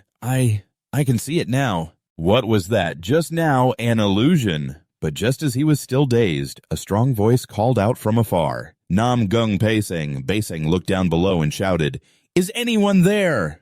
Please save me from this madman. Baiseng gritted his teeth and said, Can't you hear me? Goomba below spat out each word with disdain. Baiseng, how dare you? You know that's the antidote to save Gung Yun, yet you drank it. Baiseng quickly explained to the clan leader it was unavoidable. Even the disciples of the southern clan were furious, adding their voices. Elder Baiseng, is what you just said true? That the southern clan sees the subordinate organizations under the bloodline as mere hunting dogs. We are not the dogs of the southern clan. What have you done by exploiting the dead, Dao? You see, say something. Baiseng, frightened, stepped back, stammering, No, At that moment, Suji spoke up. When the poison of the clan enters your eyes, nose and ears will go blind, but your mouth will remain intact. You know the reason best because you just experienced it. Hearing this, Baiseng turned to curse him, You bastard! But before he could do anything, Suji delivered a direct blow to his mouth, along with the advice. The root of all evil lies right on your tongue. A perfect phrase for trash like you. Baiseng clutched his mouth, which was bleeding Shizo trying to escape from Suji. That tongue turned me into an enemy of the entire martial world and forced my brother to live a life on the run, and you still dare to stab me and my brother with a sword. He ran into a dead end, unable to escape, but still stubbornly argued, What nonsense are you talking about? I never did that. Suji raised the sharp stone he had sharpened long ago, showing no mercy. You did it. Maybe you just don't remember. The next moment, he forcefully stabbed it into Baiseng's vital point, and all over his body. He didn't know who you were or who your brother was. Suji still wouldn't stop pulling out a bigger wooden stick. You don't need to know that in this life he used all his strength to smash the left leg of the one lying on the ground, despite the distant screams of pain echoing from about 10 people in unison. By the time they rushed over, Baiseng had nearly lost all his strength. Please stop, help! He didn't even bother to turn around to look at them, his voice warning, "If you take one more step, I will end his life right now." He looked like nothing special, but he was still a hostage. The soldiers gripped their weapons tightly, yet no one dared to make a move. Paisang waited for him to stop struggling to lift his head and search for a glimmer of hope.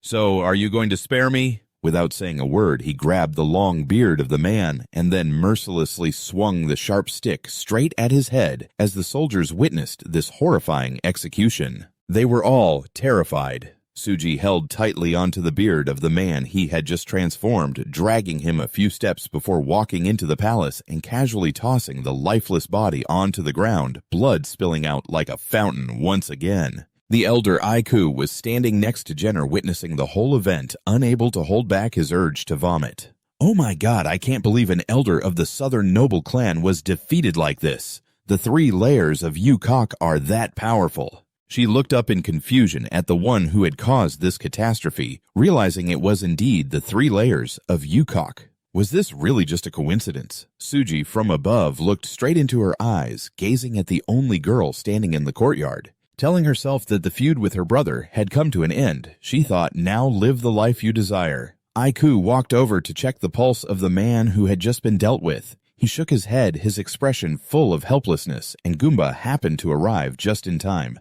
Hearing his subordinate report the situation, Elder Paisang was furious. He was a high-level master. Who would have thought such a thing could happen right in the Southern Noble clan? Those standing in the courtyard quickly prepared their weapons, ready for action. Goomba gritted his teeth in anger, heading straight towards Suji, keeping his promise to the 3 layers of Yukok. Suji first glanced at him, not rushing to respond, then looked back at the girl who was barely breathing on the ground. "The poison in my blood lasts about half an hour. Soon the poison in Gung Yun will dissipate. But I can't just say that." He picked up the vial and held it high in the air. Goomba followed its direction, his face filled with suspicion. "What are you planning?"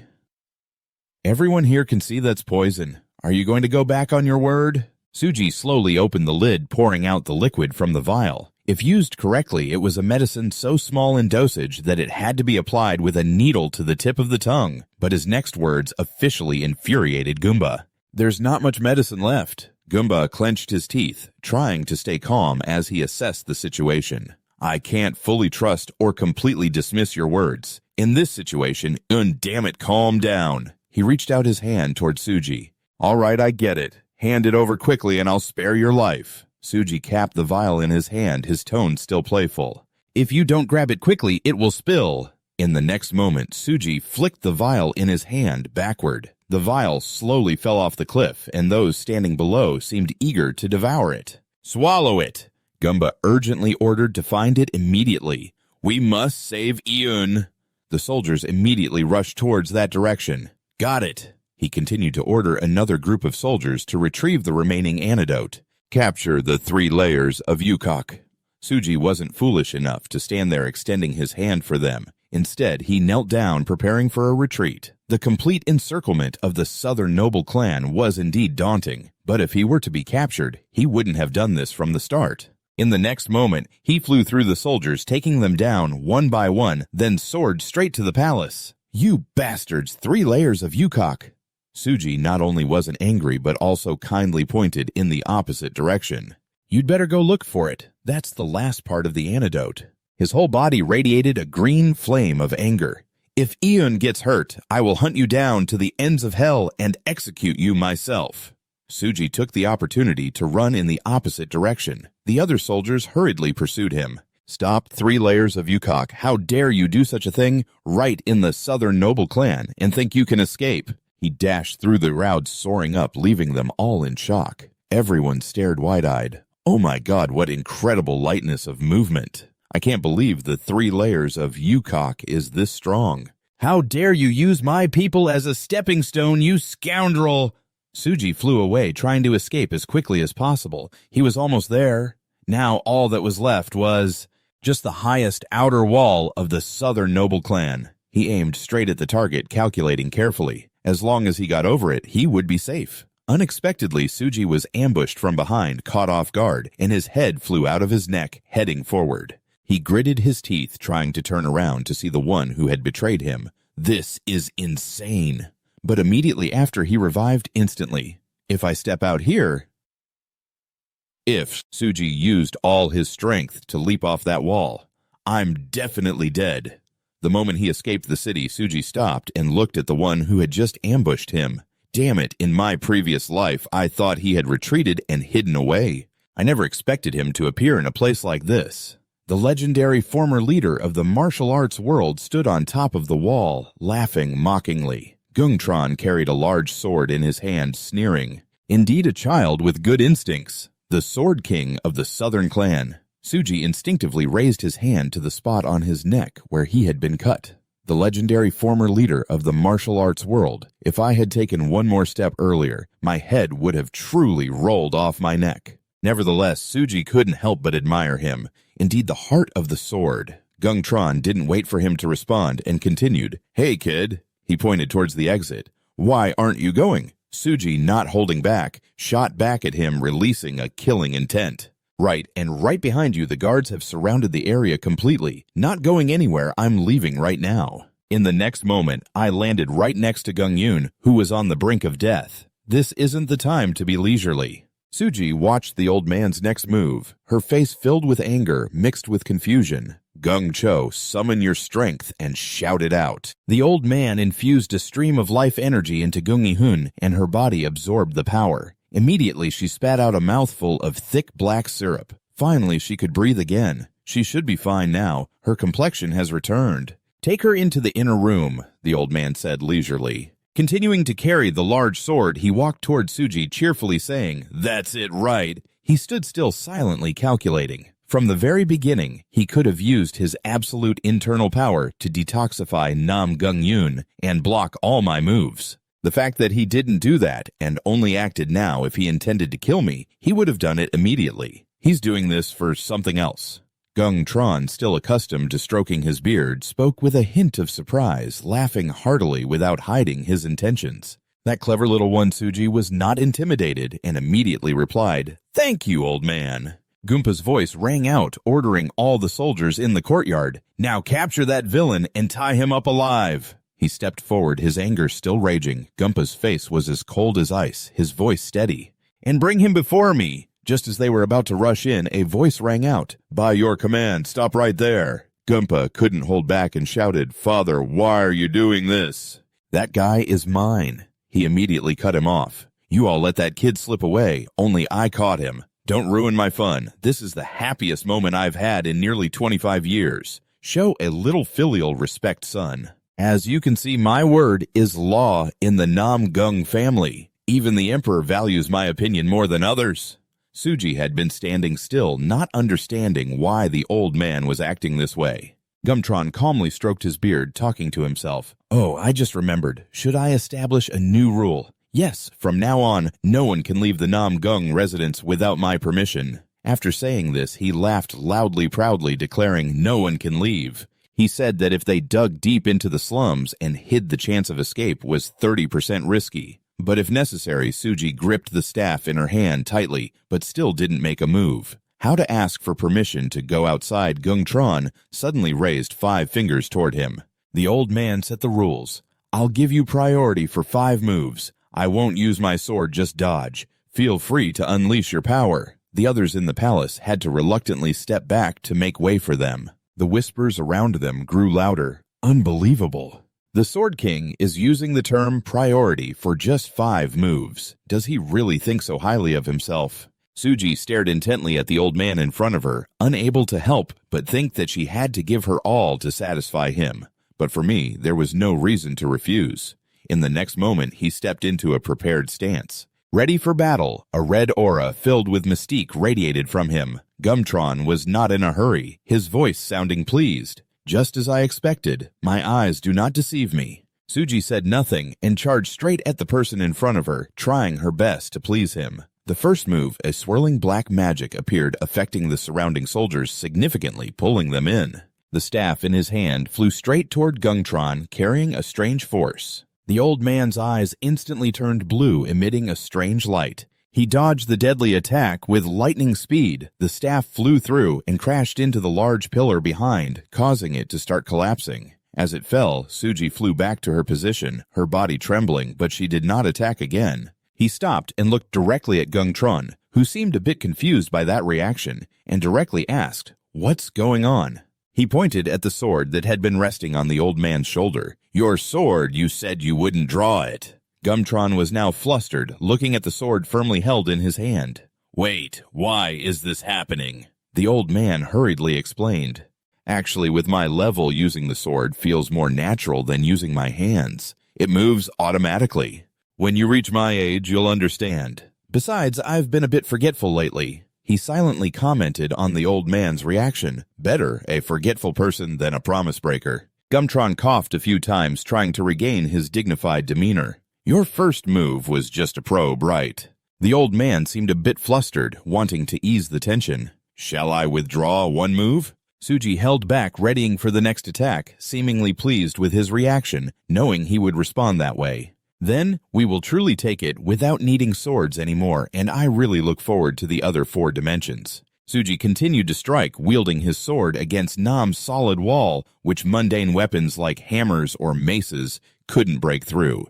I had to channel all my strength into a single staff. Suji crouched down to gain momentum and lunged forward, surpassing Gun's 10 stances. The spot he just stood on immediately cracked under the immense force of his legs. The power of Ion Gumtron seemed to catch him slightly off guard with the next move. "If I had known this would come flying at me, I shouldn't have held back on the 3 techniques." The old man clenched his fist, preparing to dodge the Gumtron move, spinning gracefully. In the next moment, he firmly grasped the staff. Just as it was about to crash into his head at breakneck speed, Suji instinctively pulled back a considerable distance. Gumtron finally stopped, but the old man's sleeve was singed, and he looked at his veiny hand. Smiling with satisfaction, he remarked that even just brushing against his sleeve seemed to be fate. "It appears we have a strong connection here." He responded without hesitation. "A strong connection, huh? I ask for gum." So I raised 3 fingers towards my opponent, signaling that even if you refuse, our fate still has 3 moves left. This time, he lifted the staff high above his head, gripping it tightly. The staff swung down with tremendous force as Suji charged forward, continuing to attack with the 3rd technique. This time, Gumtron finally felt a bit of difficulty in blocking the strike. If the previous move was a hook, then this move was like a giant hammer crashing down. The old man continued to use his bare hands to struggle against the staff, hurtling towards him. Suji poured all his strength into the attack, wanting to thrust the staff straight into the old man's face as soon as the move ended. He then retreated to his original position, while Gumtron rubbed his sore arm from blocking the strike, showing signs of pain. From now on, the rainy days would be tough. Suji looked at his arm, which was oozing syrup, without saying a word. Gumtron continued to ramble on. "It seems you were once in the military. Did you learn the staff techniques?" "No, the martial arts on the battlefield against the Manzi." "Is that so? It's military martial arts, but not from an officer, rather from a common soldier. You've pushed the basic techniques to their limits, completely focused on combat." After analyzing for a while, the old man finally concluded, "But this level shouldn't be possible at your age." Suji was a bit surprised that all his secrets were exposed through just 3 strikes. "You saw through everything, what a troublesome old man." He raised 2 fingers towards him. 2 more moves, and I can still let the first one go. How about now, Suji?"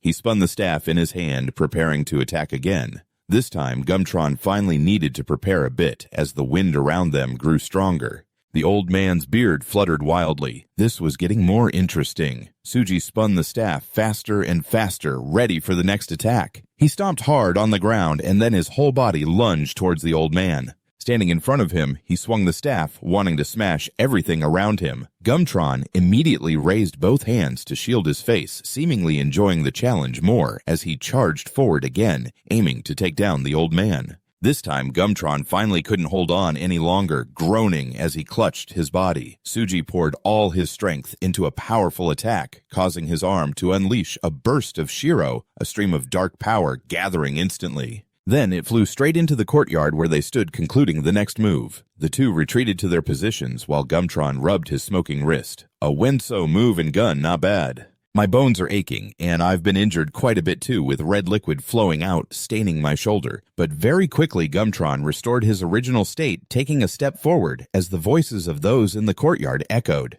Once again, it rang out. Oh my, the Sword King, one of the top figures said to be closest to the celestial realm, has been pushed back half a step.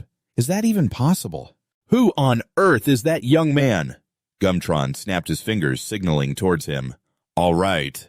Now it's time for the old man to prepare more thoroughly ready to withstand one final move. Show me everything you can do. This time, Suji did not hold back, wanting to unleash his strongest technique. The power from the staff in his hand seemed to increase with each passing moment. He was also a bit surprised by this inseparable object finally mastering Namgung Pausing with this move. Now he felt as if he had summoned a fierce demon ready to take down everything. The second level of Ion Gumtron was finally completely taken aback by the opponent's techniques. His internal power was even deeper. So what he had shown before was not all of it. Suji knelt on one knee, preparing for the next fighting stance, but then he sprang up high and lunged towards the old man, wanting to smash down from above. This was a fifth technique, and the old man looked a bit flustered. Immediately, Gumtron broke the rules, wanting to draw his sword to fight. His eyes turned white with fear as Suji's staff was about to crash down on him,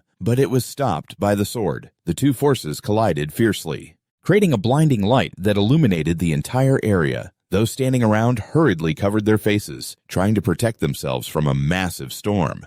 Everyone be careful. The two are still not stopping, trying their best to take each other down. But predicting such powerful internal energy, it was worthy of the Sword King. Suji suddenly changed something, catching the old man off guard. With that internal energy, he took advantage of the push from the old man's sword to leap back. I will use it against you. Suji leaped back, taking the opportunity to escape from the city. Goomba immediately flew to the side, asking, "Should we chase after him?" The old man stood still, watching the person who had just escaped. Let him go. That guy had planned his escape from the very beginning. Even if we caught him, he wouldn't have the face to meet us. The first move was a small mistake, but the final move was not. Goomba, confused, looked at the old man. Dad, why did you use the sword at the end? It really looked like you were out of it. But in the end, the sword in the old man's hand broke in two, with one half falling to the ground. Gumtron looked at the incomplete sword and explained, "Because I might die if I want to live. What other choice do I have?" Seeing the old man's sword had broken, Goomba hurriedly ran over. Gumtron looked at the remaining half of the sword and complained, "If that kid's weapon was a spear, instead of a staff, I could have died already." The old man began to speculate about his opponent's weapon. The staff made of black bamboo he carried was probably taken after defeating a demon. That guy must have died from a spear. The old man threw the broken half of the sword to the ground and comforted himself. Anyway, drawing the sword at the final move wasn't a slip of the hand. Isn't life more precious than pride? Gumtron stroked his beard and suddenly burst out laughing. A mouth that can say 2 or 3 things without sense and yet gets defeated by a kid time and again. Even so, he always grumbled about this. The old man felt truly ashamed to face the heroes of Manhui. He had lost all face. Goomba looked at him, saying nothing, but at that moment the old man's expression seemed determined about something. He clasped his hands together and spoke loudly for everyone to hear.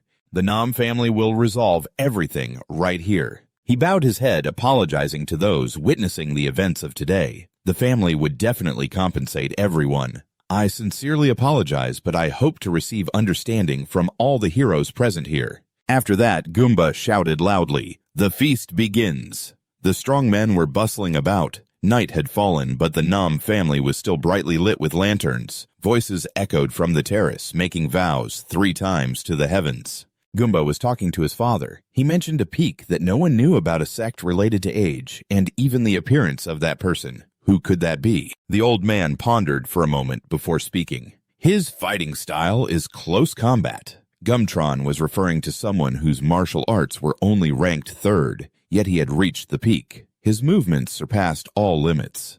The mental state is at the training level, a truly elusive person. Hearing the old man say that, Goomba felt powerless. Allowing someone like that to live was a disgrace to the Nam family's honor. The old man lay back comfortably and asked Goomba sincerely, "This is good for you, right?" He was surprised by his father's words. Why is this good for me? The old man opened his eyes to explain. Isn't that annoying guy dead after having his head smashed? He nitpicked every little detail under the guise of the Council of Elders, and because he was a longtime servant of your father, nothing could be done. Hearing these words, Gumba shouted, Dad, what are you talking about? In response to his father's outburst, the old man slowly closed his eyes and calmly said, Always analyze the situation in a way that benefits you. Suddenly, he opened his eyes wide, realizing that Pizang had indeed made many mistakes. Make sure to investigate thoroughly and compensate all the victims affected. In doing so, we can blame Pizang for all the mistakes that our family has made. Gumpa sweated and silently listened as the old man continued. At that time, the position of the Nam family will be higher than the honor lost today. Gungtron turned around, his voice deep and frightening. In this blood oath ceremony, the chosen beast will be the sacrificial offering. He also understood his father's meaning perfectly. Payson thought for a moment, as if he remembered something. Oh, right, is Yoon okay? Gumpa quickly reported the situation. Yes, thanks to Dad pushing the poison out of her body, she might have woken up by now. After hearing this, the old man ordered, Then let Yoon handle it. Tell her to capture that Sam Chin Kwang Cheon alive. Gumpa anxiously asked, Why does Yoon have to do that? In response to that question, the old man didn't answer immediately, but asked back, Why do you think? Without waiting for an answer, he exploded in anger, shouting, Not even married yet, and she's already exposed and being held by another guy, and kissing too. Her future marriage has been ruined, so she has to catch her own husband back here. Although he feared his father, he still expressed his opinion. Dad, what era do you think this is? Moreover, I've said many times that she will choose her own husband. Goomba said that, and the old man gritted his teeth. That matter again.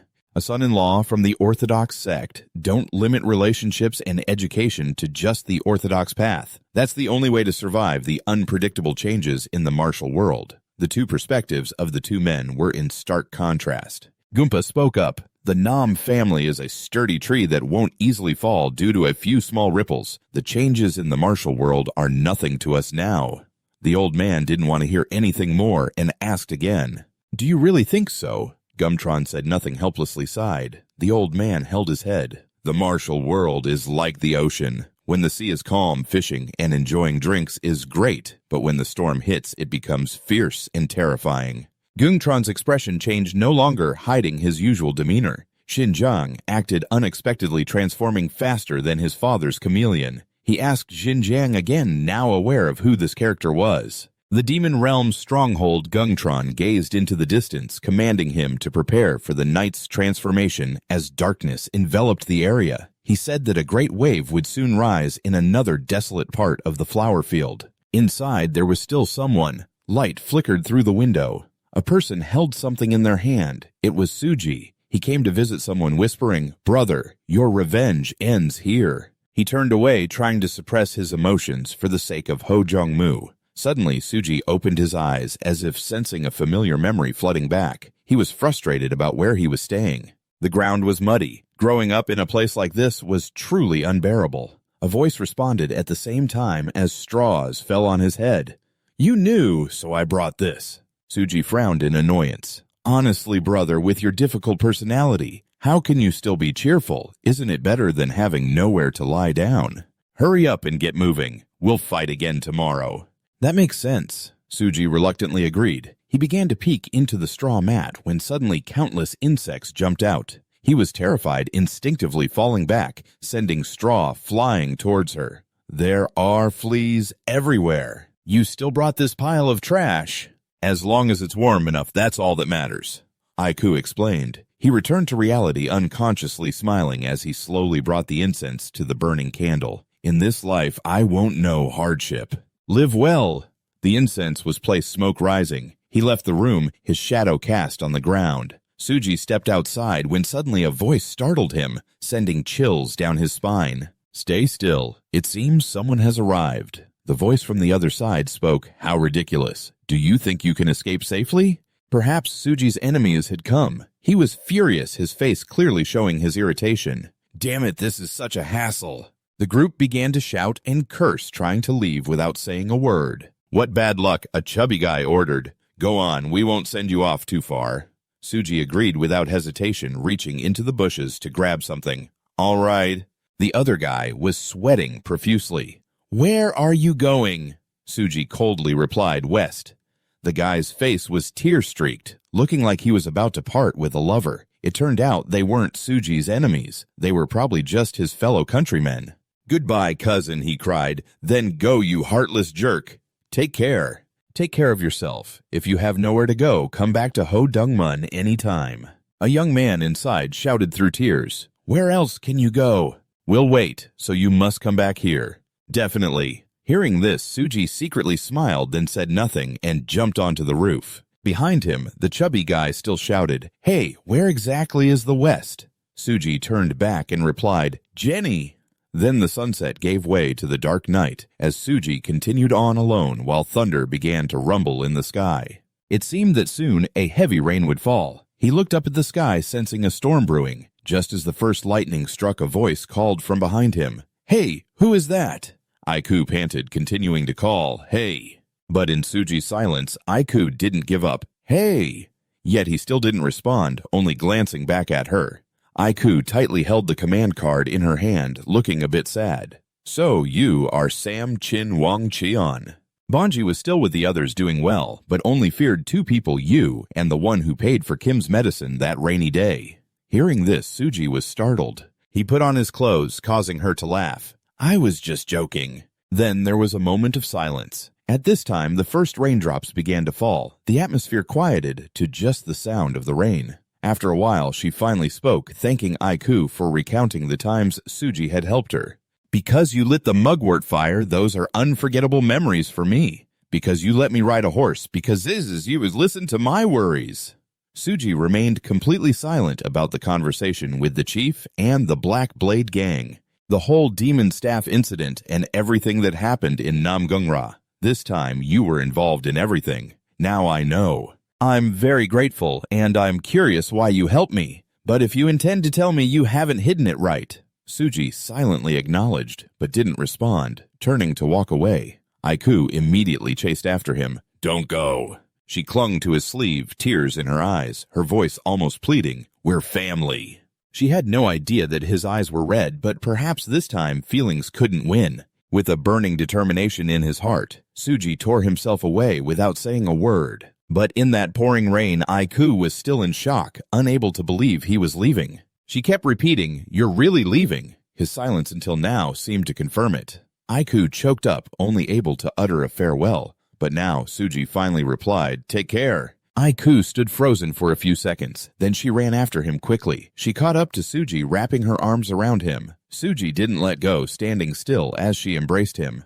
Aiku said, When we meet again, it will definitely be a new day. In the bamboo forest, there was a stir as a group of soldiers glided through like the wind. They stopped to gather at a location in the bamboo forest, which was the search team for Nguet 2, a special operations team from Nam Gung. This time, Gung-eun personally led the team. Her brow furrowed in annoyance as she recalled Gung Chun's orders to capture Sam Chin Kwang Cheon and bring him back alive. She had to bring him back alive this time, and Gung-eun was particularly focused. I don't know why Grandpa ordered that, but it works perfectly. I will definitely capture him, tie him up in front of me, and beat him if necessary, just like the first time, until his whole body is drenched in blood. Suddenly, a soldier's report snapped her out of her thoughts. We've found traces of him, miss. Gung-eun suppressed her unusual excitement, continuously reminding herself not to think about anything else. I have to catch him first. I'll bet everything after I regain my composure. Gung-eun ordered to pursue him, and as the directive arrived, the entire team began a fierce hunt. With the power and exceptional strength of this special unit, Gung-eun was confident. I will definitely achieve my goal, no matter the cost. I will make him kneel before me. In the mountains, there was a long river cutting across, dividing the land into two halves. Suji stepped firmly on a rock, pausing his journey. He wiped his mouth and let out a sigh, looking at the bustling boats below, unable to hold back. It's been a long time since I've been back here. At the bustling market, he trudged down to the dock, both sides assaulted by the sounds of knives. Here, catfish as big as boats, redfish full of the hold, hurry, take them away. Harvey. Hurry, take them away before you go have a bite of 8 gukbap, just 3 nyang. Suji sat down on an empty chair and tossed his bag onto the table, signaling for an 8 gukbap. The shopkeeper, itching to speak, exclaimed, "What is that? A martin, I only take money." His face was now flushed with anger. "If you don't have money, don't eat." Suji looked up as if pondering the feasibility of the situation. In this awkward moment, a golden-haired girl rushed in, acting heroically. "Here, it's Jizyeon. Let me show you 2 Ju on the table," she proudly asked. "Is that enough?" "That's enough, right?" The shopkeeper cheerfully returned to the kitchen to prepare. "I only charge for 2 nyang, take it." When the dish was served, the girl turned to Suji curiously. "Hey, are you a beggar?" He replied curtly, "I'm not a beggar." However, this honest little girl, Jisyeon, pointed out, "My mom says if you don't have money, you're a beggar." Suji decided to divert her attention with a simple question. "What's your name?" The girl tilted her head, introducing herself while unlocking a barrage of questions. "I'm Jisyeon. Where are you, beggar? Where's Hannah? Is that where the martial artists are? Why did you come here? Because there are many bad guys to kill." This answer excited Jisyeon. "So you're also a martial artist?" Suji feigned surprise. "You know," the girl honestly shared, "Yes, my mom said Daddy Dogi. The ones who brought her here are also martial artists. I heard martial artists are very strong." He nodded vaguely, replying, "I see." Suji pushed the plate towards Jisyeon and introduced, "I've eaten enough. Here's the money for the gukbap." The girl suddenly sighed like a little old lady. "It's okay, the martin is worth much more, you silly beggar." He insisted on paying for the meal, but it was still necessary. Jisyeon suddenly clasped her hands in negotiation. "Then please help me with one thing." Shifting to the main topic, the girl seemed a bit nervous. "If you meet any martial artists later, please ask them something. Tell them my mom is sick. And please let her come ashore. I heard martial artists only listen to other martial artists." Suji cheerfully agreed. "That makes sense if I meet them." Before he could finish, the shopkeeper barged in, interrupting, and Jisyeon angrily jumped up. "I already gave you money for the gukbap. What are you doing?" The question still lingers in my mind, should we or shouldn't we? But the tavern owner, bloodied and stammering, shouted, "Shin-ha." It turned out the pirates had been there all along. While they were wreaking havoc at the dock, all that was left were cries for mercy and arguments pleading, "Please spare us, take everything we have regardless of its value. Just surrender already. Please spare us." Suji, losing patience, lamented, "First it was land pirates, now it's sea pirates." Jisyeon could only gasp in shock, tightening his grip on his weapon, confirming with the little girl, "That kid is Biok right. We'll accept it." Giselle, frightened, wondered, "What are you planning to do?" He casually replied, "What else?" Suji launched a powerful attack with a friendly warning, saying that the dock manager had broken through the encirclement to negotiate. "Let me go. I want to talk to the leader just as you wish." Finally, someone patient stepped forward. "I am Gong-san, the head of the Trung-Jang pirate gang. Do you have something to say?" The manager confidently affirmed, "That's right."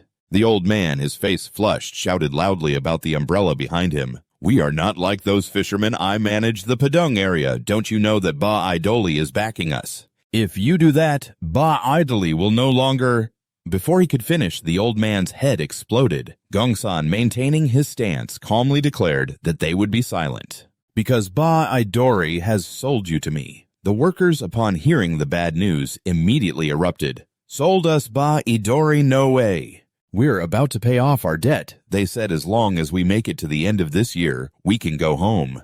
My Lord General, please show mercy. I need to get ashore." Gong-san, losing patience, ordered. "They're too noisy. Shut them up." His henchmen silenced others by sending them off to be sold as salt. Gong-san, satisfied, remarked about those ignorant fools, "Your blood is just as red as anyone else's." Just as he finished speaking, his gaze suddenly collided with an interesting phenomenon. Even the waves splashed up, causing Gong-san's underlings to halt. Gisyeon followed closely behind Suji, feeling somewhat awkward. The two pirates were oblivious. Eagerly charging forward, they threatened the kid, "If you came to the market to buy something, it's too late now. Once you step into Paris, you and the child behind you belong to us." But Suji just waved his hand, and both were sent flying like autumn leaves. In the next moment, they were met with a bloodbath. Suji solemnly approached to accuse the pirates. "Your blood is just as red." Gongsan, borrowing his words, pondered for a moment before cautiously offering a countermeasure. He was not ordinary.